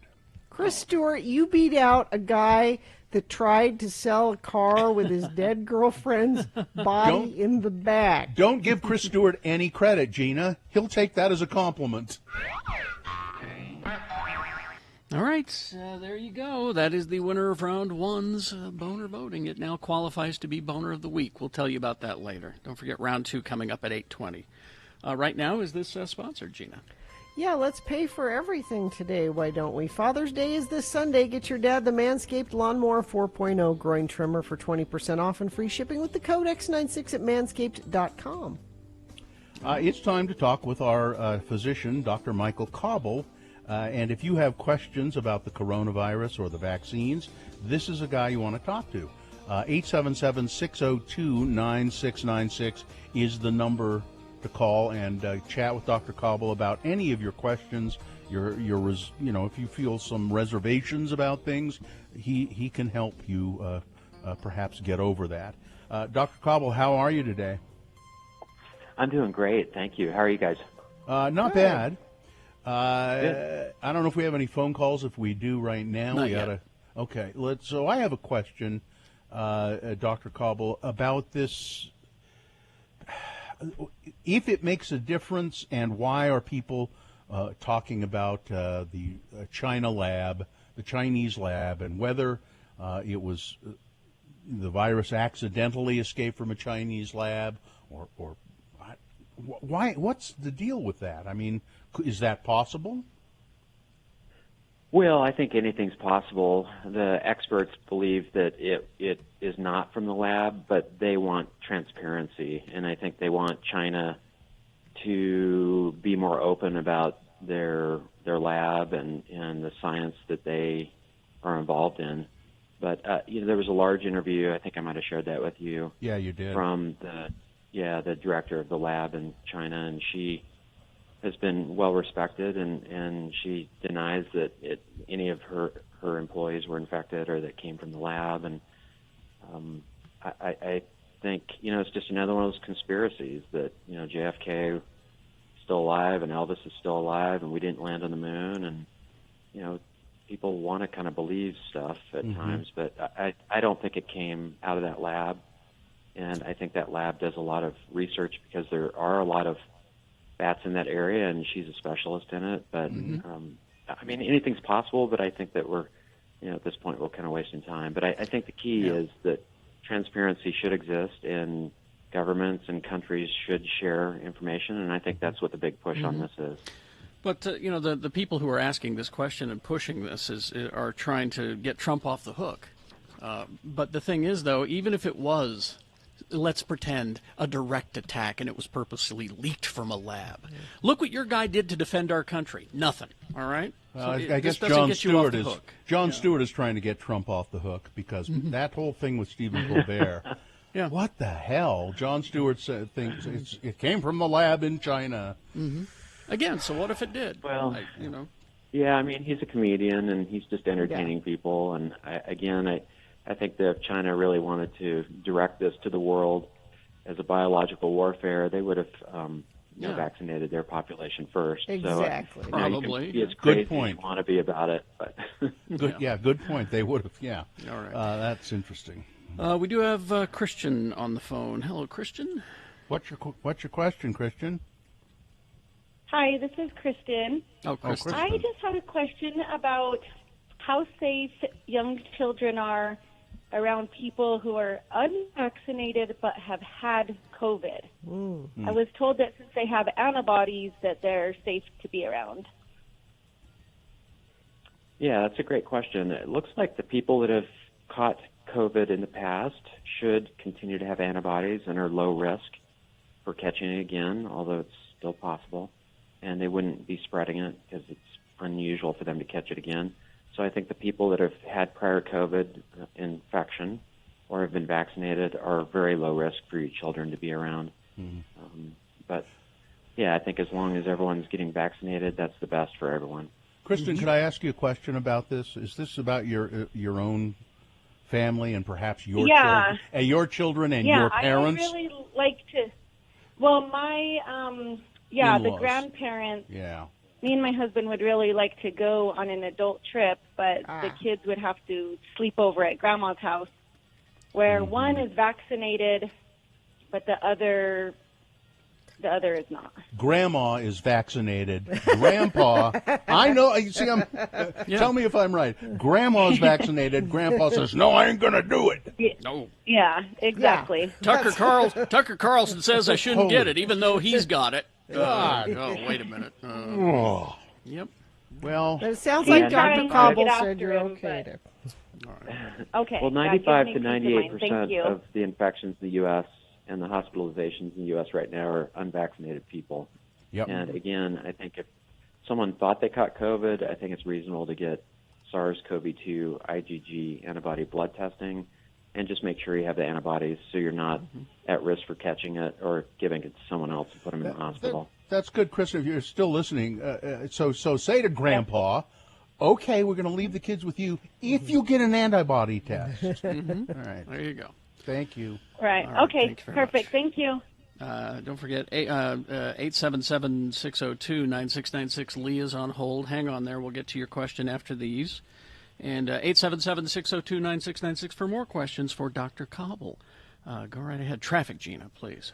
Well, that crash northbound I-1590 south in Sandy has been cleared, and they have reopened northbound I-15. Now, it's been closed for a long, long time, so there's going to be residual delays through that area for quite a while. I would still avoid it if I were you, but things should be moving a little bit better than they were before. Northbound Bangor Highway ramp to go to North Temple in Salt Lake. There's incident there, and other than that, I think the major thing is that northbound I-15 is open, so that's the good news there. If you see something you want to text it to us, I'll pass it along, 33986. Moochie's would like to thank their loyal customers for supporting their locally owned and operated business. Moochie's has been voted Best of Utah for over 17 years. Dine-in, delivery, and pickup available. 877-602-9696. Dr. Cobble will answer your questions in the next break. And then, of course, we have round two of your boners, things that must go, all coming up. Stand by. Wendy's for breakfast. Easy to just hit the drive-thru on the way to wherever you're going this morning, work, class, whatever it is. And affordable. You could buy breakfast for everybody. Yes. The 2 for $4 deal is here. Wendy's breakfast made fresh with quality ingredients like oven-baked bacon, the way I enjoy my bacon, fresh cracked eggs, toasted-to-order croissants, and for a limited time, here's the deal. You can get the sausage, egg, and Swiss croissant, the bacon, egg, and Swiss croissant, and the honey butter chicken biscuit are all 2 for $4. Such an incredible deal. Again, you can hit the drive-through, pick up something for everybody. Maybe ask them what they would prefer. That honey butter chicken biscuit actually sounds pretty good now that I say it out loud. I'll take that one. If you're driving to Wendy's this morning, I'll try that one. I'm a big fan of the sausage, egg, and Swiss croissant, but I'll try the honey butter chicken biscuit today, and you should too. It's the 2 for $4 breakfast sandwich deal at Wendy's. The new.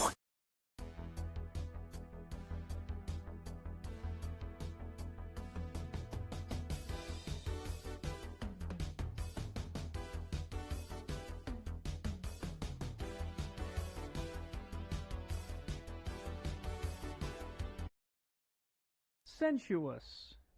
Sensuous. Spell it with me now. S-E-N-S-U-O-U-S.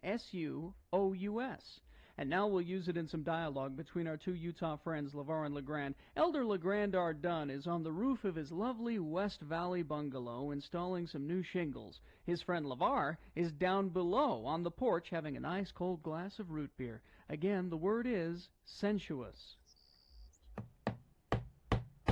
Looks like you're doing a bang-up job with them shingles, LeGrand. That hole's being patched up just fine. Well, I got to get this done before the snow flies. I don't want no leaking on my food storage room again this winter. Well, if you don't want no leaking in the food storage, then you should keep LeGrand Jr. out of there. What? Nothing. Looks like it's kind of hot up there, LeGrand. Yep. I'm as hot up here as a tin roof cat house. You're what? Nothing. Hey, what's that you're drinking down there? Rut beer. Nice, ice-cold rut beer. Bet you could use some up there. Well, I could for sure. I'm as hot as a hot dog with mustard and relish. Well, say, that's pretty hot. Bet you a nice cold Fanta root beer would sure go down good about now. Yep, I'm really hot, LeVar. I'm so hot that if you was to, hold an old, dry Christmas tree next to me, it would just go up like a match. What? I'm a hot tamale, LeVar. Well, that's hot. Hot for sure. Bet you could use a cold drink. Some Fanta root beer, maybe. Like the one I'm sitting here in the Shays Lounge drinking right now. Yep. I'm a firecracker, LeVar. Why would you say that, LeGrand? Never mind. I think maybe I'll just get down. Climb all the way down the ladder and go all the way into the kitchen and maybe get myself a sandwich and a cold drink. What? Cold drink like a rut beer? Maybe. Well, what kind of sandwich would you get? Pickled egg and tuna. Why? Well, I was thinking that since you was getting down the ladder and going into the house, since you was doing that, maybe you could get me a sandwich as well and another nice cold root beer too? Since you was already thinking about going.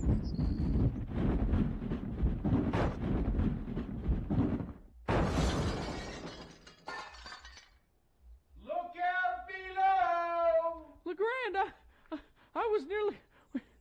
That flat of shingles nearly hit me. You should be more careful.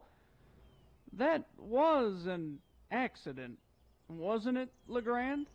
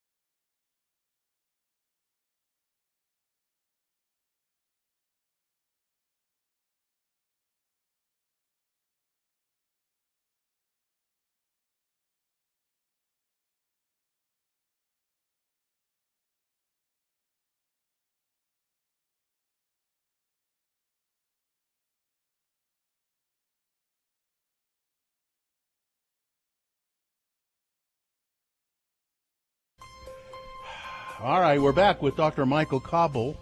It's brought to you. Oh, go ahead. I was just going to say Dr. Cobble is here to answer your questions at 877-602-9696. Injured in an accident? Everyone deserves an advocate. Call 801-355-5550 or go to utahadvocates.com. All right, so we got a full bank of phones, questions for Dr. Cobble. Let's go to Lee. Hello, Lee. Morning. Thanks for taking my call. You're welcome. My question is, I have an 11-year-old right on the cuff of taking the vaccine, but they are 5'6", they're larger, tall, 145 pounds, so not your average 11-year-old. Big. People think that she's, yeah. Yes, they assume she's, 15, 16 years old. As far as taking the vaccine, I've had people say you should just lie about her age and that's let what her I take say. the vaccine. She's right on. That's what I say. Bill, he's asking the doctor, not Okay. you. What does All the right. doctor think? Thanks, Bill. I got it. Okay. Well, Dr. Cobble, how would you address Lee's predicament there? Well, I think they're doing studies in 5 to 11-year-olds. The studies on 12 to 16-year-olds were remarkably safe. I think we'll see the same in the 5 to 11-year-old. I've got a 9-year-old turning 10 in a month, and I'd sure like to change her birthday to make her 12. I don't know what the county's doing to make you prove the date of birth.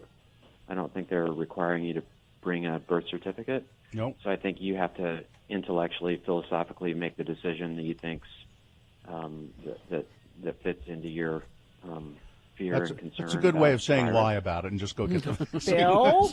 Yeah, I think that I think the data with 5 to 11-year-olds is going to be as safe as 12 to 16. So I think it's, yeah. Okay, Lee? Yeah. It's up to you, Lee. Yes, sir. I appreciate it. Thank you. All right. Yeah. There you go. Thank Let's you. Let's go to Cameron. Hi, Cameron. Hey. Hi, Cameron. Go ahead. Hey, I just had a quick question. I've seen a lot of things floating around. Does the vaccine affect fertility, whether for men or women? Lots of questions about Yeah, I got a this. text one here. Infertility, miscarriage, preterm birth. Yep, it does not. There have been multiple publications that show that it does not change fertility, birth rate, adverse events, any of those things. So it does not. Why don't we start opposite rumors and say, it's interesting, not only does this vaccine protect you against the coronavirus, but apparently it increases your sperm count. That'd be a good idea. Yeah, so no fertility issues, and it's been looked into, and they haven't come up with any. So. All right, Cameron? Yep, multiple studies. Cool, thanks, guys. Publications. Yeah. People are That sticky. that's spreading around. And, Yeah, people are sticky. That's the answer. Let's go to Bradshaw. Hello. 877-602-9696. We might have time for one more question after we get to Bradshaw. Go ahead. Hi, thank you. I have coworkers and family member that have had the virus, and they say they are not getting the vaccine. Do they need the vaccine, or is it a problem after you've had corona? That's a great question. The recent data on large populations shown that if you did have COVID and it was positively shown they had COVID, they do have antibodies and protection, and the vaccine may not be necessary for them. The vaccine's so easy that I still think it's good for everyone to get it. Yeah. And people that had prior COVID, if they get vaccinated, their immune response is remarkably better. They actually have a higher protection rate if they do get vaccinated. So I think the options currently, I know it's been a terrible year and a half, but the options are for everyone to get vaccinated, whether you had COVID or not. And if you choose not to get vaccinated because you're anti-government, you're anti-science, then you should wear a mask for the rest of your life, everywhere you go. No. Just have it permanently affixed to your face somehow. No downside. Okay, thank you very much. Thanks, Bradshaw. Thank you. We have just enough time for Tanya. Hi, Tanya. What's your question? Hey, great. Thanks for letting me listen. So both my husband and I got 2 vaccinations. and I'm kind of concerned about breakout infections. I'm older, and I'm thinking the second shot, neither of us got any side effects. Mm-hmm. So it worries you that thinking- you didn't get side effects, and so you're thinking, well, does it work?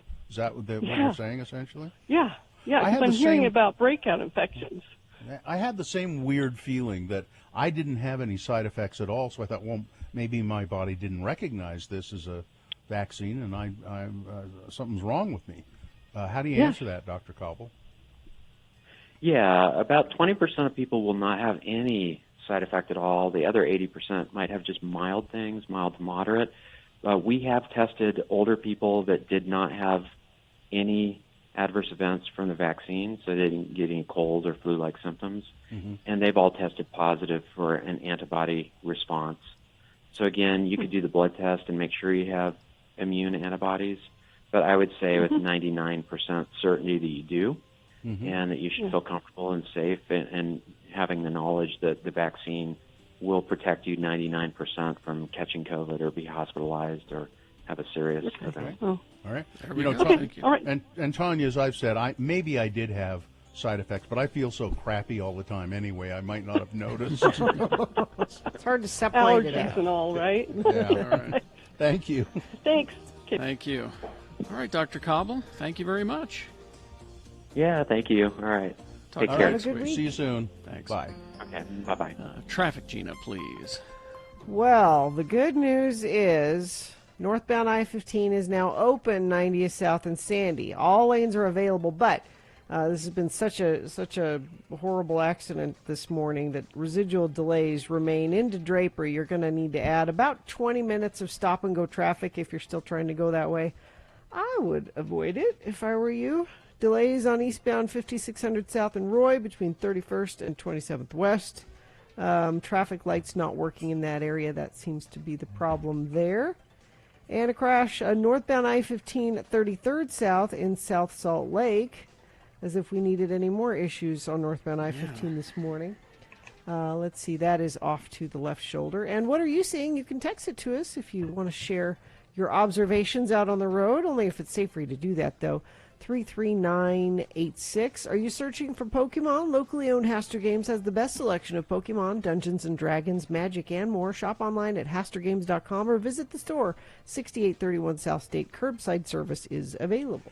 You know, Gina says we'd love to you to share your observations. If you have dashboard video, please, we'd love. we really want to see those. All right, we've got Boners Round 2 coming up here. The candidates you'll be considering: number 1, you disrupted my tranquility. Boner candidate number 2, it's the ice cream of the future. And boner candidate number 3, hey, did you get your tickets? All right, Boners Round 2 coming up after this, after these messages, along with Big Boy News and Opinioendo. Stand by for that. FanXSaltLake.com is the website you need to go to. FanX, the Salt Lake Comic and Pop Culture Convention, happening in September at the Salt Palace Convention Center, 16th through the 18th, 3 whole days. And they're announcing that right now there's a special. You need to think about this because this is closing in. Tickets are 25% off until Father's Day, June 20th, at 11:59 p.m. Mountain Standard Time. So make sure to secure your spot in one of the biggest events in Utah with this deal before Father's Day. A lot of celebrities lined up, some of the cast members of Cobra Kai, some cast members of Boy Meets World, some cast members of Supernatural. Christopher Eccleston will be there. Maybe he's your favorite Doctor Who. Adam Savage is going to be there. Amanda Tapping. Henry Thomas is going to be there. Of course, there's the shopping, which I enjoy, and my favorite part, the pop culture, comic, and celebrity guest panels for all 3 days of FanX. And those are a lot of fun to attend. So get your tickets now and save 20% off at fanxsaltlake.com. I've neglected my fatherly duties all day today. I try to help with the homework. Now, my lovely wife here does it most of the time. Mm-hmm. I try to do 2 days a week. Thursday's your day. And Thursday's usually my day. And here you are at work. And here it is Thursday. Now, part of what we have to do for reading for homework is read for 20 minutes. So you guys all ready for 20 minutes of Charlie and the Chocolate Factory? We could do 5 minutes. How about that?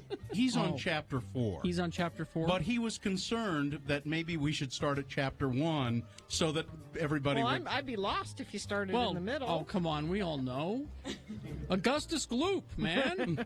We all know. We haven't gotten to Augustus Gloop yet. Oh, where have you gotten So what are to? we going to do? We're going to start with chapter 1? Well, we'll start with chapter 4. Start with chapter 4. Don't worry about us. We'll catch up. We'll catch up. If So- we have any questions, we'll stop Dad. And Okay. Yeah, All right. Gina might need a little bit of explanation. Yeah, I I'd could probably do that, I've right? never read it. Gina's kind of slow. Yeah. Okay. All right. So go ahead, little Bill.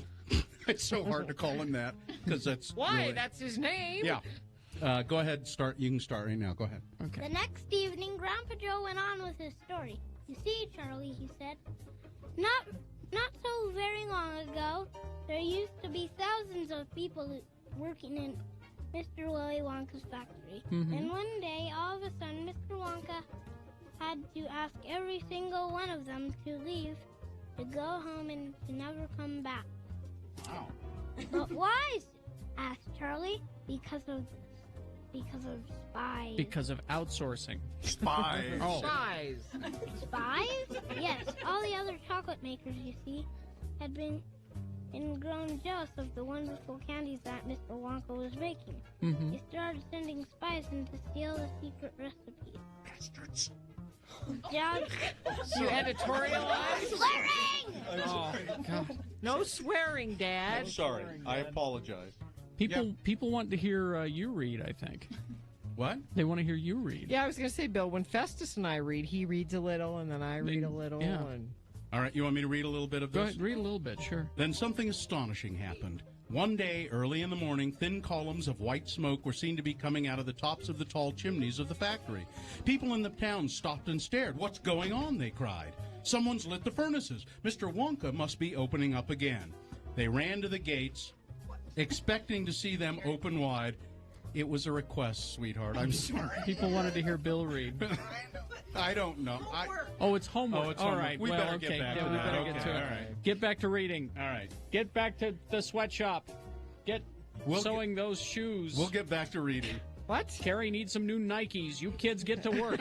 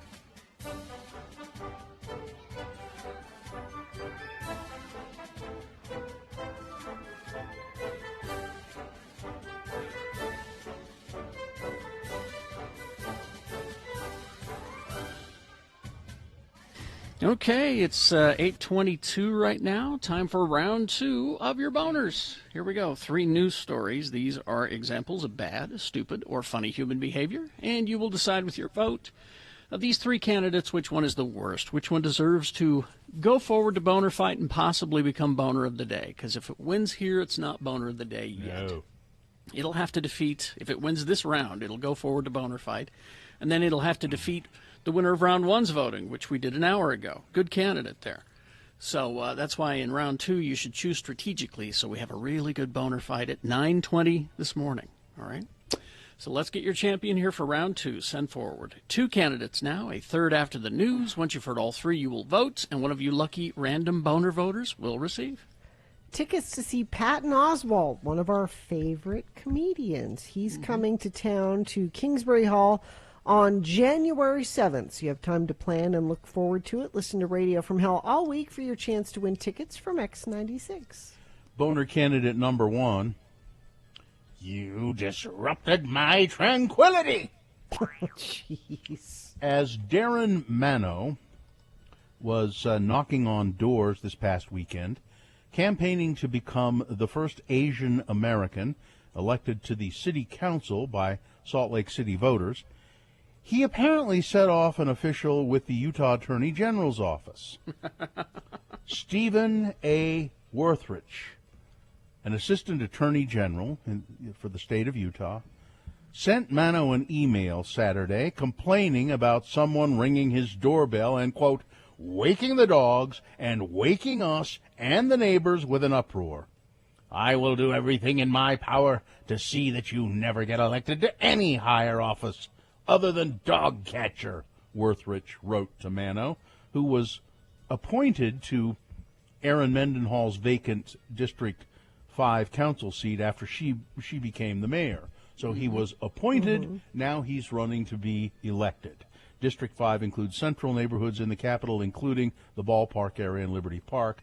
I hate you, Worthrich's email continued.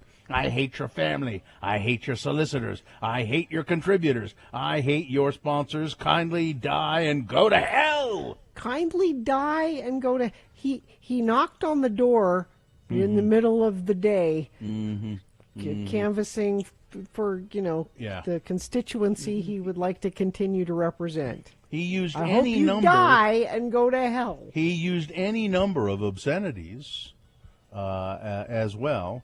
And he said, now he's apologized because Mr. Mano, the candidate who received this email, said, geez, seems highly overblown.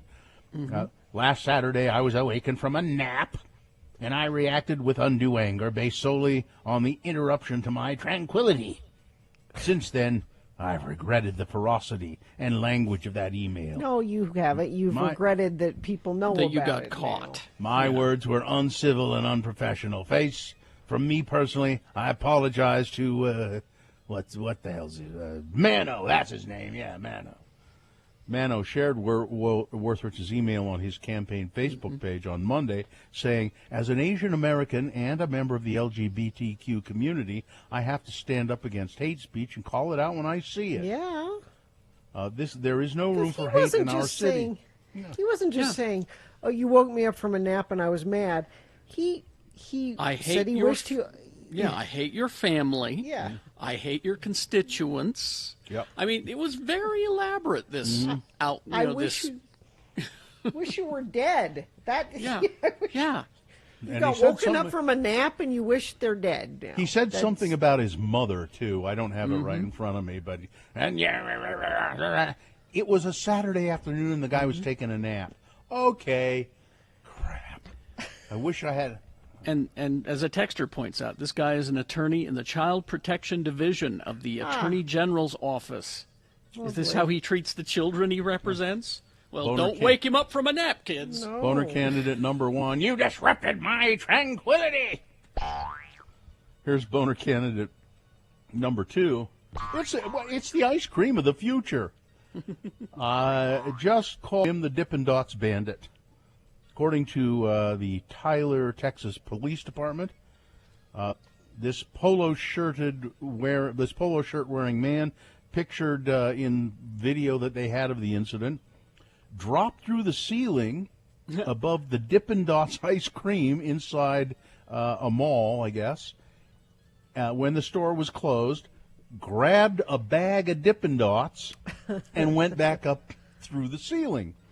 He did it all while licking on a sucker in his mouth. So he had a sucker in his mouth when he came, and pretty casual. He's got a sweet tooth. He shimmied back through the hole and left into the night, said the police department.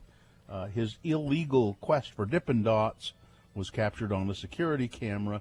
I think he came from the future to rescue the ice cream, which has been called the ice cream of the future, Dippin' Dots. Which I don't know why they call it ice cream. It ain't.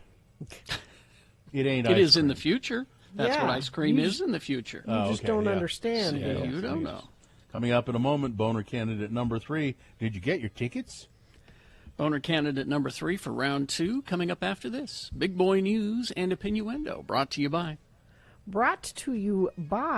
It's the coldest, driest, windiest place on Earth where weird and wild creatures thrive. Antarctica transports you to the farthest reaches of the Earth and reveals that what happens there affects every single one of us, now playing in Clark Planetarium's IMAX Theater. Well, this is the weirdest celebrity story I've seen in a long time. What's that? Selma Hayek has a pet owl. Of course she does. And the 54-year-old made an appearance on the Ellen DeGeneres show where she spoke about her pet owl, Kering, K-E-R-I-N-G, Kering. During the appearance, Selma spoke about her owl and how he behaves, and one particular strange incident. So there's this ball of hair that comes out of owls' mouths, she said. Mm-hmm. And one time there was a very important celebrity, I won't say his name, but he was really excited about the owl and was hoping that the owl would go on to his head because it was on him. And apparently the owl does, in fact, like to climb up. There's actually, I think in the interview, there's video, at some point the owl is on Selma's head in the interview. And he was like, I need the owl in my life. How do you do that? Well, the minute he least expected it, the owl went up on top of this celebrity's head, and then he did the thing, and this thing came out. This ball of rat hair was on the celebrity's head. By the end of the interview, she revealed that the celebrity was Harry Styles. So does Harry want an owl now or no? Who was just over to Selma's, hanging out, I guess. I'll take an owl if Harry doesn't want it. That's like my dream. He was super cool, she said. He was super cool, even with that happening. He is so good. He is the best, said Selma Hayek of Harry Styles. I just think I'm going to barf. And then she goes on to talk about the owl some more. She says, she kind of lives around the house, so sometimes I forget she's there. And then, while she was talking to Ellen, she had a mirror. She said, she's behind me. And she held up this mirror so you could get her. It was just weird. And sure enough, there was an owl sitting on her television. Owls have big poops. They're flying through your house with the big poops? Yeah. I don't think so. Yeah. Well, you have staff. You have staff. It was just very odd. Imagine Dragons singer Dan Reynolds has donated his childhood home in Las Vegas to support LGBTQ plus youth. Nice. The home where he grew up, his parents he inherited it from his parents. He said the home is part of a major donation made by Reynolds, Apple CEO Tim Cook, and Utah Jazz owner Ryan Smith in support of the organization's effort to help empower at-risk LGBTQ youth and bring families together. Apparently the home, it's pretty big. It's a 5,000. That's a nice childhood home. Jeez. It's nice. It's got a pool, 7 bedrooms and 5 bathrooms. Yeah, apparently they had a lot of kids. Yeah. And And you'd know that, Gina, if you were watching from cradle to stage. Oh, yeah. That the home, I was trying to see how much it was listed for, but it's very expensive. Nice place, but what a nice thing to do. It is. Let's see. Oh, now so some people wanted me to nominate this for a boner candidate, and it's kind of on the margin because there is no one person who seems to be responsible for this. The family of a Utah teen with Down syndrome, hoping for answers and action after learning that she was not included in the photo of her cheerleading team in the school's yearbook. Jordan Paul said that her sister, 14-year-old Morgan Arnold, discovered that she was not in the cheer squad photo in the Shoreline Junior High School 2021 yearbook. She was devastated, Paul said. Those girls were so kind to her. All the girls on the cheer squad were kind to her during the whole year. The girls on the squad were her friends. They are her friends. For her not to be included when all was said and done was devastating. Now, but they don't know. The school doesn't really know how it happened, or they said we don't know why another photo was chosen. So there was a photo with the cheer squad and this young woman with Down syndrome on this, and then there was another photo that she didn't happen to be in. And the photo that she did not happen to be in is the one that was posted. Why have two photos with one with her and one without her in the first place? Well, that's just maybe she wasn't there one day, or No, I'm looking at the pictures. They're taken at the exact same time. It's just like, oh, come in. Okay, we'll do one with and one without. That's obvious what it is. Well, there's nobody to pin it on, so that's why I didn't nominate. It's too bad, and I think they should. They'll make it up to her. Some one person made that decision. Probably. And that's the question that needs to be asked: is who made that decision to pick that picture? Yeah. I don't want to get into that now. Let's see. How about here? Okay, it's Florida. Get ready. Whatever this is, my kid didn't do it.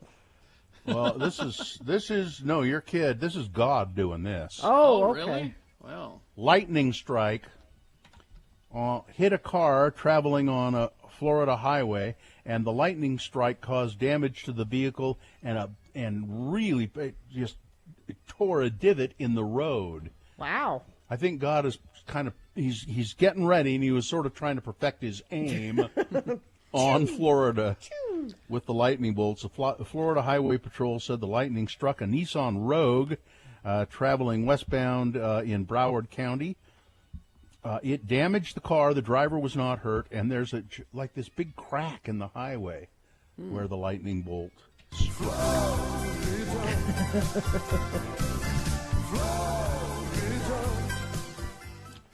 And that's about it, other than... That's good.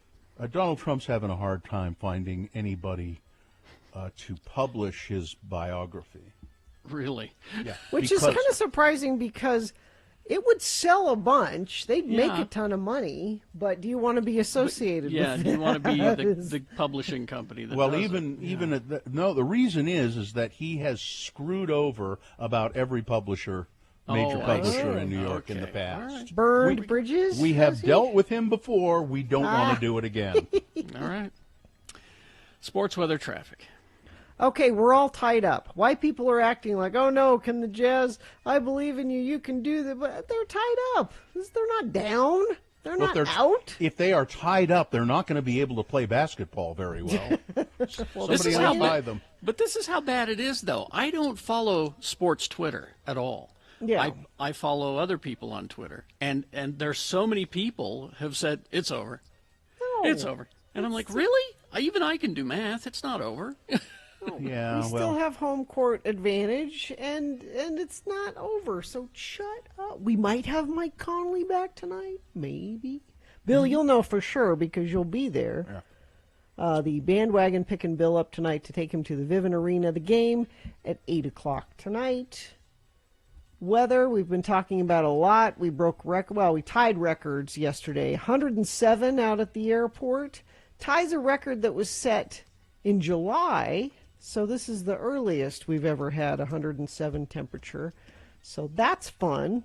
It'll be so cool today. You'll need a jacket probably. 98 for a high today, and we're going to be in the upper 90s. It looks like for the next 5 days. Slight chance of maybe a thunderstorm on Saturday. Not a great. So traffic lights not at the 30 cleanser off summers delays. 30 is a 17 out into full west, so construction crews can perform utility work. The detour is all hours and is going to run through Friday, June 18th. Expect heavy congestion and delays, both north and southbound traffic. Travelers are strongly encouraged to use 9th South, 17th South, and West Temple as alternate routes. I got stuck there. It was 5 o'clock at night, so there's the 5 o'clock traffic at this. Oh, just avoid all of that, please. Costco does delivery. Well, that's just saying. But yeah, well, we're. I know that now. It's a. Yeah. So that's traffic. If you see anything, you can send it to us, please. Text it in if it's safe for you to do that at 33986. Father's Day is this Sunday. Get your dad the Manscaped Lawnmower 4.0 groin trimmer, 20% off and free shipping with the code X96 at manscaped.com. Here's boner candidate number 3. Did you get your tickets? Joe Biden is president right now, but apparently not for very much longer, because there are tickets out there available on sale for the inauguration, the second inauguration of Donald J. Trump as President of the United States. That's coming up on August 15th, 2021. Really? Special musical guest stars Ted Nugent and Kid Rock. So you get your tickets. Sounds legit. That sounds totally legit. Listen, the 2 tickets, somebody had them. They were marked for sale, $1,200 each, and they're not real. They look just like concert tickets, Gina. Well, I'm at x96.com/live. That looks very official. Go ahead and buy them. Yeah. Okay. Go ahead and buy them, you Trumpkins. Go ahead. Boner candidate number 3. Did you get your tickets? All right, let's review the first 2 and vote. Boner candidate number 1 was, "You disrupted my tranquility." That's Assistant Utah Attorney General, who just went off on this obscene rant via email, which means he had to type it up, make sure it was spelled correctly, and press send. This wasn't just an explosion at the time. Because a Salt Lake City Council member and round 2 taken care of. It's time for you to decide of these 3 candidates which one is the worst, which one should go forward to Boner Fight and possibly become Boner of the Day. 1, 2, or 3. Remember your candidate number, the one that you think should win. Put that single digit in the message of a text, and then text that to 33986. Pretty easy. Or call the producer's booth, 877-602-9696.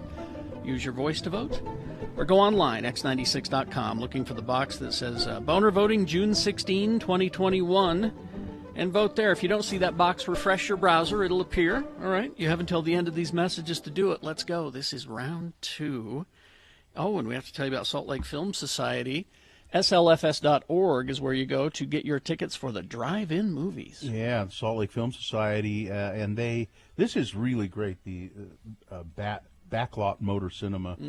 Limited cars allowed in. I think about 40 is all it'll hold. Let's see the movies that they're showing. This week. What? Friday is Footloose. Everybody cut. And Saturday, Drive, which is a great movie, too. Good movie, yeah. Yeah. Now, and you know, Footloose, if you've seen it once or twice on TV, you really should see it on the big screen. Yes, you should. One of those movies has a really good soundtrack, and it ain't Footloose. You shut up. The big national treasure. The big screen experience. Everybody will have a big screen experience, no matter where they are on the lot. This is a real drive-in theater experience from the Salt Lake Film Society. It's a 40-foot massive screen, and there's not a bad seat in the house. So get your tickets at slfs.org.